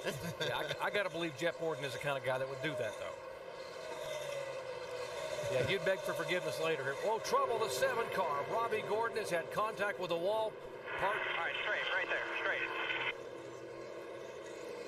Parts and pieces coming off of his Ford as it spins around and gets both sides. 2008, which includes the 50th running of the Daytona 500. Here's what happened to Robbie Gordon. At turn 4, got another car. Just like you predicted, Rusty. This one treacherous corner. Well, Andy, I'm not going to take the credit for that one because they've crashed so many times off of turn 4. I think everybody... Back at Lowe's Motor Speedway, trouble for one of our chase contenders and one of the top cars here tonight, the 17 of Matt Kenseth. Hard contact into the wall. Alan, what happened? Matt had come on the radio since the restart, Doc, and talked about being way out of control with the back end of the car. He's talked about possibly having a problem. Now he's called in and said he thinks the right rear was going down for that spin. The car being so loose, meaning the back end. 17 car. Got a little sideways in the corner. Man, he's chasing. Whoa. Well, that is big loose right there. Looks like he might have started feeling something right there. It looks like the right rear tire's still up, though. Now watch him just trying to hang on to it here. And this one, it was just no way of catching it. Gosh, right up there at the exit of turn 4 again. Let's follow along here with him. Looks like he's starting to get loose as the car goes towards the flat of the front straightaway. Stay on it. On that brake. Oh. Wow. In the straightaway. He almost had it saved. He spun it off. Nose knocked out. Now watch what happens in this pit stop. He's coming out of the pits, just getting fuel. This is always risky. And you see, ooh, real close call. Got a little damage from this little contact and then pulls back out and then hits the 9 car. And that is the problem by making such a fast pit stop. Everybody's trying to pit. Tony's in and out, and these guys are trying to get in their pits. And then you think that's bad. Here it comes again. Tony's like, I feel like a pinball out here. This is unbelievable. Bobby Labonte got pinned in his pit also. Now the big question is how much damage on the right front of that 20 car. See, they finally get Casey King's car in the pit. Fast, like he needs to run, and that's on the top. Well, trouble on the racetrack to 21. Bill Elliott, former Cup champion, has had hard contact with the outside wall. Count 5. That turn 4 has been another one. Awesome Bill from Dawsonville, 1988 Cup contact. Take a look. Oh, looks like he got a little help right here. Casey Mears got a little bit loose. And Casey Mears got some damage in his car also. Got the right front knock, right side knocked in on the 25 car, Casey Mears, and Bill Elliott. Just a lot of damage. This is probably going to end his night, this crash. Remember, this team was trying to get the top 35 in owners' points. A couple laps ago, watch Casey Mears' car have some contact there. Could he have had a tire going down after that little bump? Oh, he had already been in the wall, so he had some problems brewing. Looks like Bill Elliott was just a victim. Yeah, you see sparks flying out from the 25. Looks like he may have had a tire going down. And yeah, there was absolutely nothing intentional right there. When sparks are flying out from under your car and you're going at a competitor on the top side, you're out of control. You can't steer the car. So Yeah, it just feels like it's real tight going on all the gears. Man, that's just when I see the front at some point of this race. Gosh, this is tough. Trouble here at the start-finish line. 49 car, heavy damage. 55 of Michael Waldrop, the 17 again, Matt Kenseth. As we have caution for the 10th time here on lap number 206. 59 car 2. well, this track is chewing them up. Heavy contact by John Andretti there in the 49 car. Well, Michael just loses the car coming off the corner. Hold the brake, hold the brake, hold the brake, let go, let go. Hold the brake, hold the brake. Hold the brake, Ike. All right.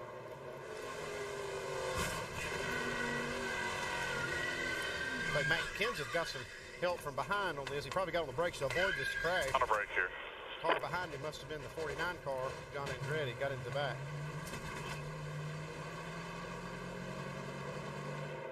I'm just amazed all the time how many wrecks we're seeing off that turn 4 just all night long. Same place, same problem. Great drivers just flat losing it. And when you spin off a 4, you're going to end up in the front straightaway. Pit road is clear. Car of Jimmy Johnson was second, but some 49 are making 59 points back. Why? Because he was way back in about 17th spot. Well, here's the 7. Speaking of 17, here is Matt Kenseth once again having some contact. It's not been Matt Kenseth's night at all. Man, he has been involved in just about everything we've seen out here. That car's Ladega, he came into here 11th out of the 12 drivers in the chase. That car, stay on the brake here. Stay on the brake. Keep it up against the wall there. Keep it up the wall. That car is so bent up. It just got to be hard to handle. The one before that where they got 4 tires. This last time they got 2 tires, but they're still back here. Down the back. Oh, Jimmy Johnson spins around in the 48 car. Loops it around and has some damage, it looks like, in the right rear bumper. Couldn't tell. Back in traffic, trying to work his way through. Chad Knaus talking to his driver. We saw Jimmy Johnson back in heavy traffic. See him off of turn 2. Not bad, man. We're going to be fine. This We're going to is be fine. exactly what happened to him last night in the Busch race. He said last night, just my fault. He said, I didn't mean to do it. It just spun the car out last night in the Busch Series race, like you said, Andy. But the thing that's different right now, he's not tore up too bad. And I really like how calm Chad Knaus is on the radio. We can fix it. Be calm. And they can fix this thing, and they can get it back in. With 103 laps to go, there's a lot of time left. These kind of moments can cost you a championship or can win you a championship. You hear how poised and composed Chad talked about it. You see a little bit of smoke coming out from under the car. What that is, we got a caution. Turn 2, contact 2 cars. Oh, Juan Pablo Montoya got heavy contact on his Dodge. Another car up high that's also involved in it. coming down across the racetrack with Sparks. That is the 10 car of Scott Riggs that was having such a great run tonight. Both of these cars torn all 2 pieces. That is a major impact. And Scott's driving the car. He looks like he's okay. Standings, you saw him climbing out of the car. Here's what happened over in turn 2. Oh, it looks like the 42 car had a problem and just collected up that 10 of Scott Riggs. Looks like maybe a right front tire went down on the 42. From the 42 on board, Montoya. Oh, you can hear it right now. Hear the tire blow out. Jeff Burton, he saw what happened right in front of him. Ooh, man, that's a hard hit. He's up high. Stay down. Come on, come on. There you go. Caution's out. Good job, bud. Good job. Here they come in what could be the final pit stop of the night. Let's go down to Mike Massaro. And Doc, Jeff Burton pretty happy with the car. As is the 66, Jeff Green. And we got a car spinning up in turn 4. That's Johnny Sauter. And, whoa, this could tighten things up quite a bit here as caution comes out for the 14th time with just 13 laps to go. And Jeff Gordon's thinking, I cannot believe this. I got such a big lead. And now I got to race my brains out again. And Kyle Busch is loving this part. Up in turn 4. Well, let's see what happened to Johnny. Now, watch. It's in progress. He's already spinning. And watch him come down across the racetrack. Well, it looks like he just lost it all by himself. But there's nobody in front of him, nobody behind him. Just a classic case of turn 4 eating up another car. But Johnny didn't tear the car up too bad. A little dent in the right front there. Was there something coming out of the 66 car that just began to slow? It was smoking. Let's see, there's some smoke out of that car. Something's covering up our camera lens right here, some fluid. You can see as it cleans itself off. There's definitely fluid on the racetrack. Yeah, coming out of that 66. Well, that's a big stream of fluid coming out of the 66 car. He's kind of getting in the picture right now. He's in a 6th position. 3 laps to go. Jeff Gordon trying to run down Ryan Newman. Whoa, Newman up in the wall. In the wall. The 12 car up across the racetrack and tags the wall with 3 laps to go. Oh, my goodness. He just ran the fastest lap of the race the lap before that. Wow, he was digging for it. Never has one here. Wanted it so badly. At 3 laps to go, the car just abruptly snaps over in turn 2. All right, guys, left side, I'm ready. Let's go. You can't accuse Ryan Newman for not going for it. It sputters. Watch the 12 car go around the outside and just take off. And the 5 car, he's just too loose on the bottom to stay in the throttle. He can't get any momentum going. Ryan Newman pulling away. Now Gordon chasing him. 3 laps to go in turn 2. Now watch the 12 car just snap sideways. Man, it looked like he was gone from here, and then all of a sudden it just went away. It just wiggled just a little bit and took off. Looks like the tires are up. Dave, on field, Jeff Gordon's got a good handle of the car. White flag for Jeff Gordon. 1 lap to go. Does he have enough? Unbelievable. The 07 car is trying to run him down, but doesn't look like Gordon's going to have a problem. His car's stuck good. He's got a half a lap to go. It's been since 1999 that Jeff Gordon has been able to come home and win at this racetrack. He has not finished a race in 3 years, but folks, tonight, Jeff Gordon wins again at Lowe's Motor Speedway.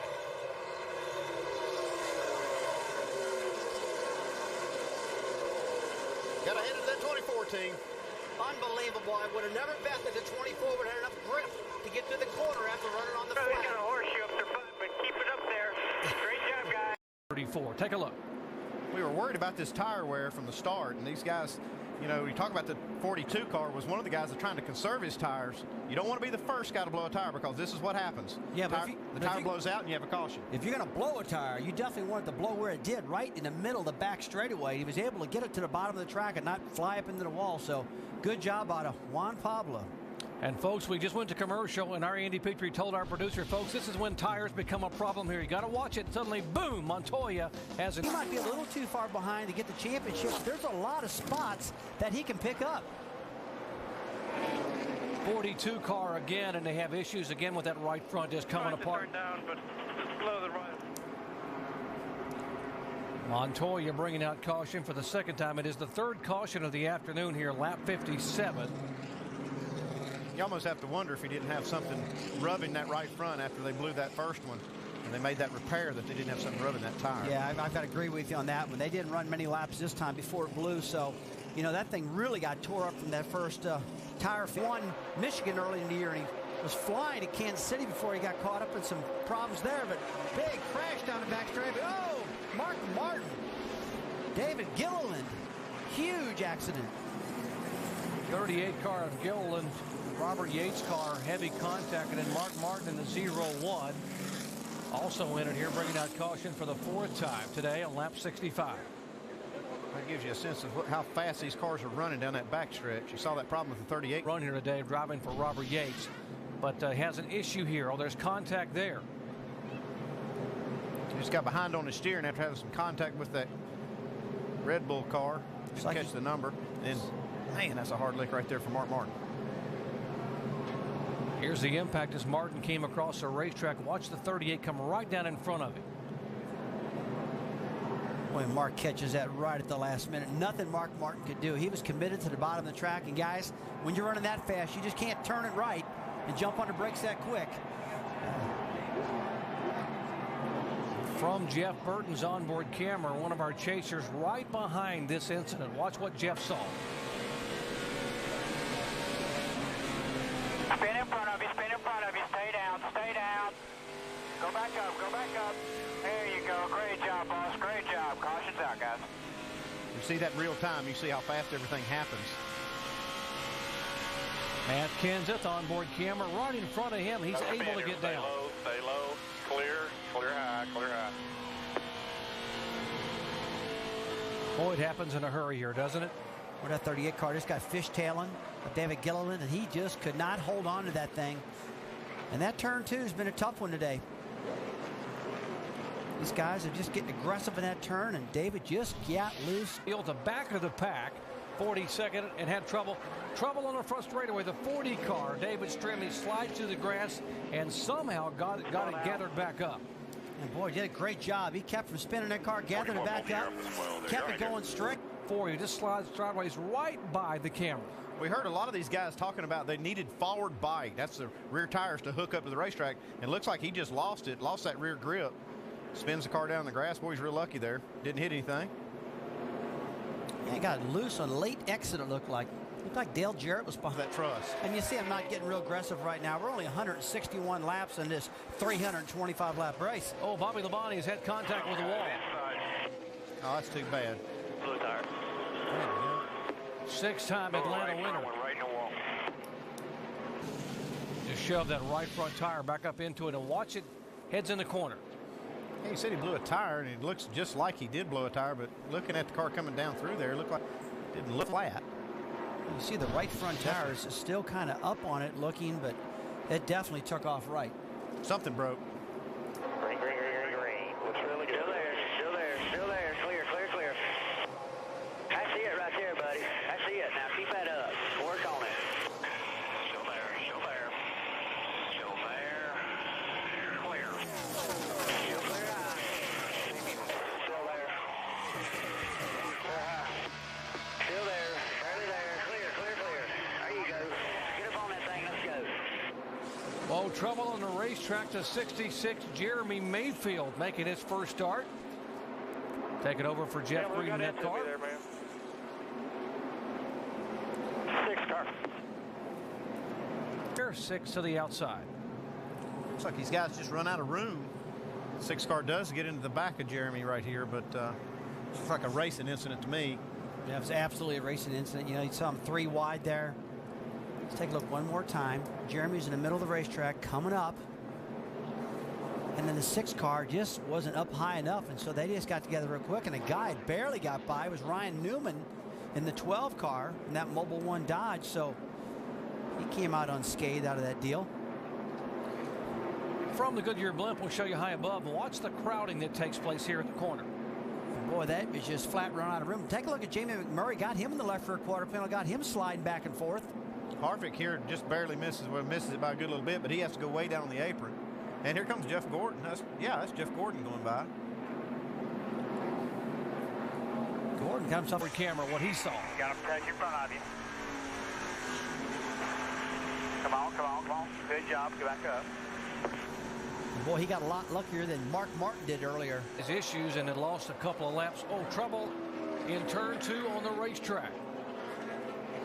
David Stremme has gone around in the Dodge, number 40. Looks like he's on a right rear tire. See that tire came apart. Yeah, try to get this thing handling better for the long run. Speaking of up on the wheel, Andy, watch him drive through this wreck here as it happens over in the turn. He's completely on the apron on that flat part of the racetrack, still able to get by the 40 car. That's hard to do. It's slick down there on that apron. Great job. Those kind of moves can save you points and save you a day and maybe save you a championship. See the car up real high in the corner, smoke coming out of it, tires going flat. See, this thing's making a ton of debris, blowing that fender off. There goes the 2 car running through some of that debris. I don't know if he caught any of it or not. It looks like he went right through the middle of, the big piece came right dead through under the center of his car, Andy. The only thing that's going to save him. Caution flag in Atlanta. Oh, my heavens. And this is where you start turning the engine off and coasting and saving all the gas. And the 70 car, Johnny Sauter, has cut a right front tire and taking some sheet metal away. And how many of these guys are saying, oh, thank you for this yellow flag? Well, they better go kiss Johnny Sauter. We don't want to see anybody having a problem, but boy, this just might have... Side tires for the 48 car, Earnhardt Jr. It's been 58 races since Earnhardt Jr. has gone to victory lane. How hungry is he? Whoops, they stack him up. Coming to the green flag, and the 31 car has contact in the back of McMurray. He ran out of gas. You're good. All clear. Oh, the 11 car's out of gas. He gets hit from behind by the 1 of Truex. He gets nailed. Here comes the 5 car spinning around. Truex has wiped out the 5 cars backwards. Oh, man, a melee at the start-finish line. Well, I thought the 11 was going to be a sitting, just too bad to see because he had such a great race car. You see here, the 11 car was weaving back and forth, trying to get fuel to the pickup. These other guys just know it's time to go, and they start splitting him. You see here, Martin Truex could not see that car wasn't going. There's a 31 car, Jeff Burton on the outside. He hit in the back awful hard at Jamie McMurray because he anticipated they were going to go. And, man.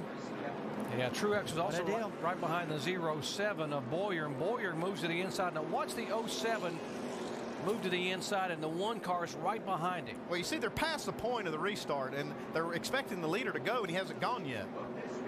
It just has everybody confused. And nobody's at fault here, guys. This is hardcore racing with 3 or 4 laps to go, and this is what to expect. Stay in the middle. Just knocked my eye out. And if you're Kyle Busch, how costly was that slow pit stop that had you back behind this mess? Well, he was just a victim here because he was behind all of it. Green flag. He's out of gas. What is? Come on. He could have been right in the middle of this stuff too, so really no safe place to be on that. Well, folks, coming up next, except on the West Coast. This is totally legal to pass the leader on the outside. The rest of these guys have no idea where to go. Yeah, well, Jimmy passes him because he knows 11's out of gas. I mean, Jimmy can't check up or else he'll get run over. Jeff Burton having a good start. You can go on the outside. He gets up there, and he's going to full throttle, and the 26 car had nowhere to go. He just pops the back of Jamie McMurray. We come. Jimmy Johnson down for the green flag, trying to win a chase and trying to run away. Oh, and Johnson gets a good restart. He gets away from Edwards by about 5 cars. Junior spinning. Earnhardt Jr. spins up in front of McMurray. Tire flew off that left rear of the 8 car. How in the world did that happen? The tire completely fell off the car. That's a 1 attempt at a green-white checker. Coming to the white. White in caution, and Jimmy Johnson will win it here at Atlanta. Slow down, they're yelling. Slow down. This one, folks, is history. What a day as Jimmy Johnson wins and Carl Edwards waves out the window. So this is the kind of luck. This is the emblematic of the kind of year I've had. Watch the 8 car. My heavens. Man. It's like maybe a broken wheel or something. I mean, the lug nuts just, don't all come off the car at the same time. It could have been a broken wheel. And Jamie McMurray, oh my gosh, bad day for him. He had such a good run going on. What a crazy finish. That is crazy. Comes off there right up in front of Jamie McMurray. And suddenly a day he thought might end up in victory lane ends up with disappointment once again. And there's two fellas that didn't do anything wrong at all. Jamie's just a victim. And his car yesterday and went to the back like a rock. Those two tires fell off awful quick. Caution's out. Turn 2. Caution flag for the second time today. This is the 84 of Allmendinger, who had already been slowing. And he had been on and off a pit road. Good. Right-sided it. Yeah, his problems are continuing here because of the damage earlier. Probably cut a right front tire. This goes to show you guys, you got to be so doggone careful out there, because this can happen to any one of them. The last minute, Greg Biffle tries to slide in and gets it. And here's the reason for the caution flag this time. A.J. Allmendinger had that great qualifying effort, his best start of his career, 5th, and he had just brushed the wall on lap 2, and now he's hit it pretty hard and heads back to the... Thank you, Brett. Take a look at these two crew chiefs. Now, Chad Canals is like he is... Whoa, trouble on the front straightaway. The 18 car of Yaley is spinning down in the grass, and that will definitely bring out caution number 5 on the afternoon.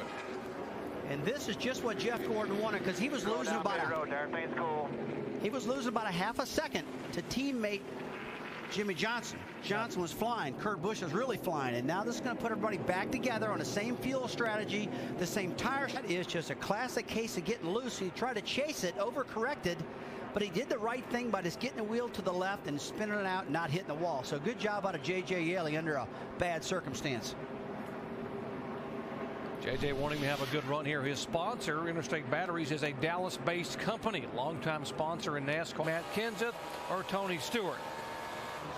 Oh, trouble on the racetrack. Heavy contact with the 40 car. Oh, and more contact. There's Bill Elliott and Kyle Petty. And remember, the owner points very critical to both those cars, the 45 and the 21.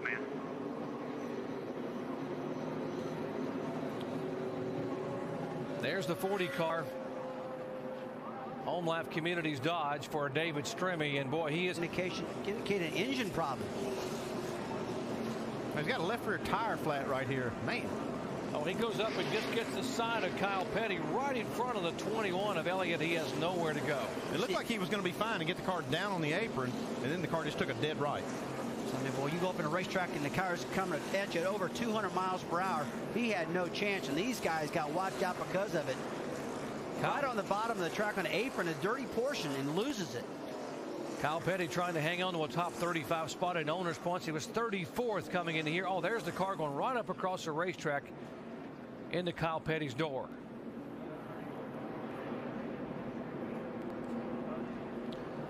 Now let's show you why David Stremme had a tire going down. Watch the contact. Is there contact, a little bit of rubbing there between he and Tony Raines? Might have happened just before that when those guys got together. Let's watch here again. You actually see he's struggling right now. You can see the tire's actually soft at this point. And even though they do have contact, I believe that tire was going down before they ever touched. Yeah, that was an incredible shot. You saw the left rear tire going flat on the number. New tire. Junior's doing okay. We got a caution here. Whoa, 41 of Sorensen in the wall. 38 of Gilliland spins. And Carl Edwards, you see his car slowing. Man, that's 2 of Chip Ganassi and Felix Zavada's teams out of the race right now with big damage. Reed Sorensen driving the number 41 there. A lot of damage. Looks like they're not going to be able to get that car back in for a long time. David Gilliland and the Yates car, Georgia. Here's what happened a moment ago to the 41 and 38. Looks like they got together here, the 41 and the 38. It almost looks like the 38 car, David Gilliland, got loose, and Reed might have reacted to that, jumped out of the throttle, and the car got loose with him also. And he went around. I believe it was a chain reaction, Andy, because of what happened with the 38 David Gilliland. Carl Edwards trying to snake his way through these cars. This is a view from on board his Ford. Inside the 78. You see it, slow down, just stop if you got to. You see him, go high now, go high, come on, baby. That's Bobby Hudson, the spotter for Carl Edwards, doing a great job right there, moving Carl through that wreck. Lead this race here today. But the guy who's led the most laps, Kyle Busch. Let's check in his pits with Dave. Yeah, Jerry, and he's gone back to second now, just reported on the radio that his car will not turn in the center of the corner as A.J. Allmendinger brings out the caution and hits the inside wall, guys. Yeah, man, that was a big hit. I mean, he come flying down and hit the inside of that wall. He's tore that Red Bull car to smithereens right there. It's not been A.J. Allmendinger's day at all. It's about the 3rd time he's crashed this car. Yeah, you can see it now. Might be the last. Yeah, that baby's going to go back to that day with 122 laps to go. 122 laps left now. He's talking. See the car sliding off the corner. Allmendinger, who qualified 5th. Kevin Harvick just getting by. There's a 31 of Burton getting by, and Allmendinger's car comes right across and just tags that inside concrete wall. Let's watch Kevin Harvick right here. Oh, right on the top, in the smoke. Spin in front of you, stay high, there you go. Caution, no caution yet. Just cleared it. Watch his brakes are locked up. And that was it. But guys, right before that, the brakes were locked up and he let off the brakes and that thing took off and running the wall. And that's one thing you don't want to do. You always want to keep the brakes applied. Now the outside of the 11 car in turns 3 and 4, and Matt Kenseth will take the lead. This is typical Matt Kenseth style. He rides around most of the race, looks at his watch, and finally says, okay, it's time to go. He's good at these races. Oh, spin off at turn 4. Trouble the 20 car, 38 involved. Harvick gets through. Off turn 2 a spin was. See the 25 car of Casey Mears involved. A little miss right there. I don't know if it was all the turbulent air going on there or what. Jeff Gordon able to get through that. Jimmy Johnson was not around that mess, and that could have been disastrous when it comes to the 25 car. Casey Mears bumped in the back of the 88 of Ricky Rudd, shot up the track, got loose and spun, and they all started taking evasive action. Dale Jarrett, wow, look at the hard impact, he's in it. 29 car Harvick able to get in the back of the 38 and get by. There's Mears involved. Reagan heavy hit for David Reagan, the rookie contender. 66 involved as well. Mayfield. Looks like Casey Mears just came up behind the 88 car and was trying to look for a hole or a way to go, and maybe just got a little bit loose. There's the contact. Mears and Stewart right in front of 38. Got nowhere to go. Harvick into the back of the 38. Wow, how did Kevin Harvick? He was right behind the 38 and splits Stewart and Gilliland. Guys, that was incredible with the 29 car. Kevin Harvick just did. He was in solid smoke. Let's take a look at this again. Got one spin in front Look of at you. that. Go high, go high. Well, we already gave him the good hands move. I guess we need to give it to him again. All right, good job. We got some fender, I think. We'll give him the two hands move on that one. Great effort by Kevin Harvick. Mike. And the 29 now involved David Reagan, Kevin Harvick, David Gilliland, and Dale Jarrett. For the lucky dog to get it back, and he just got it back. Just as soon as he passed Bobby Labonte, the caution flies. Greg Biffle comes across the grass in the 16 car. Don't speed up now, And that was a great call, Rusty, because that was a critical pass to be able to be the lucky dog and get back on to get the free for wear. Show you again what happened to Biffle here coming out of 4. Well, it looks like another case just getting so high on top of the racetrack, getting in that dirty part of the track, and he just got loose and spun that thing. How did Jeremy Mayfield miss him in the 66 car right almost in the door?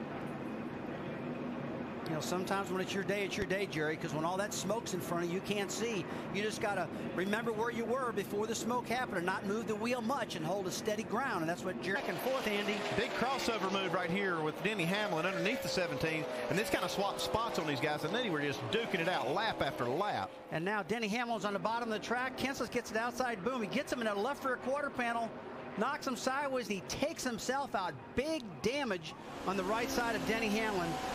And he looks like he's going to be out of the race for a while right now. Just tight racing. And these two was asked to save fuel by his crew chief, Alan Gustafson. He, of course, asked, can we make it to the end? And Gustafson said 3:34, but this is going to change everything. Biffle crashing. Greg Biffle brings out caution. Great report, Dave. It just all changed right here. It's on fire. Oh, they got a big fire. Out the caution for Greg Biffle here on lap 298. Same deal as before here. He just gets a little bit sideways, loses the thing. Yeah, this is the second time this car, just like you said, gets out from underneath them right there. And he's trying to run so high, and the car just doesn't have the grip. Brian Vickers coming by. That was the contact on the hood. And there's the fire that erupts. You're talking about the oil cooler, the fire that erupts in the front of the car and underneath where the driver is sitting. Yeah, and as long as that engine's spinning over, this is pumping oil out on the headers, and it just makes an intense fire, as you see here. Finally just told him to stop the car. Maybe the fire will go out and he can just jump out of it. And Andy, you need the spotter to help you because you have no vision. You can't see out of the front. By the way, Jeff Gordon in 7th position.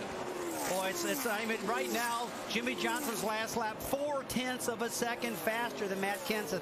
He's got that clean air, and now he's out of here. You're never going to see it any better than that right there. All I could have done was wreck him, Robbie. I wrecked myself. Believe me, I couldn't do anything else. Jimmy Johnson came here 9 points out of the lead. He came to a track where he had never won a Cup race. But Jimmy Johnson has driven the wheels off his Chevy, and he will win at Texas Motor Speedway. He's running before the round of pit stops started. Trouble in turn 2. Trouble in the pit entrance. Your caution is out. Caution is out. Got the 29 coming in. Stay low. 8 car, Dale Earnhardt Jr. sideways. You see him getting back on the racetrack. The 29 of Harvick down there trying to avoid trouble as well. And caution comes out as you see Jeff Gordon. The race reporter about this narrow pit road is very tough. And we saw a race leader last night, David Reagan, spin, but he gets hit. He's out in the dirt. He's trying to get back in. Massive melee at the entry of pit road here at Homestead. That was Kyle Busch in the 5 car that got into the 8 car of Earnhardt Jr. You saw Patrick Carpentier was there as well. And driving a Busch car for Rick Hendrick and doing what he can for this DEI team as now Ryan Newman has spun in turns 3 and 4, guys. And boy, that's good news for Kurt Busch. That's exactly what Busch needed, and it happened by his own teammate. Man, that was just unbelievable, Andy. When you can add something in the front of that, Andy, beat that left front fender out, should be okay. If we can show you what happened here, right in front of the 24 car of Jeff Gordon. Tony Stewart is there. Watch Gordon get by. Ryan Newman kept the car somehow from going up across the racetrack. Stewart got by, as did the 2 car of Kurt Busch. And here's Jeff Gordon just minding his own business, passing the 20 car. It's like, whoa.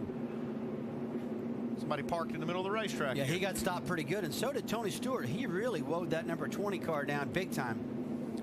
Let's go down to Jamie this time. A lot of fast cars here. How about Gordon? Do you get in there? You're running for a championship. Whoa, trouble on the racetrack. Another car sliding. Oh, a couple of cars. It's a Toyota and a Chevrolet. Johnny Sauter. It took these guys a while. Sorry. I watched these guys about 20 laps ago racing real hard with each other, and took them a few laps to finally get it done. You heard Johnny Sauter say, I just lost it. I'm sorry. These guys were race also. Well, it looks like Johnny just got loose. Hits that wall hard, boy. Boy, right at the end of that pit wall, too. It just tears the front end all the heck on that car. You see Vickers come in there. He just piles in behind. That was way late, Vickers getting in there. Makes you think, yeah, here we go. Yeah, you're going to say it must have been a chain reaction thing because that was a late spin by the 83. Yeah, and as a driver, Andy, you see all this smoke coming, and when the smoke's coming, you start checking up, and it causes these chain reactions, and that's what happened there. Johnny Sauter climbing out of the 70 car for the fall to go to New York in the top 10. It would certainly help his sponsors. Yes, the yellow flag is waving here for the 6th time.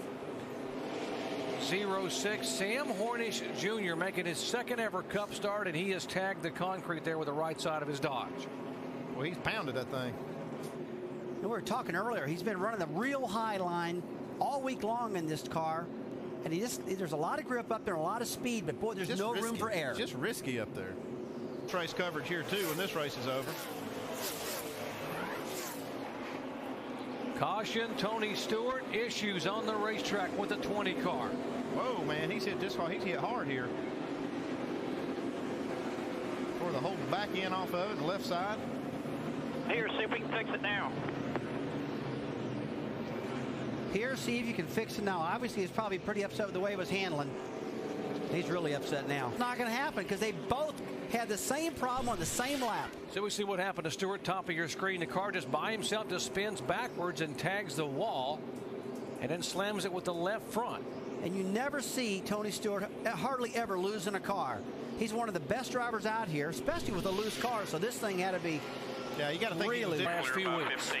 All right, white flag, last lap, guys. It's been a long year.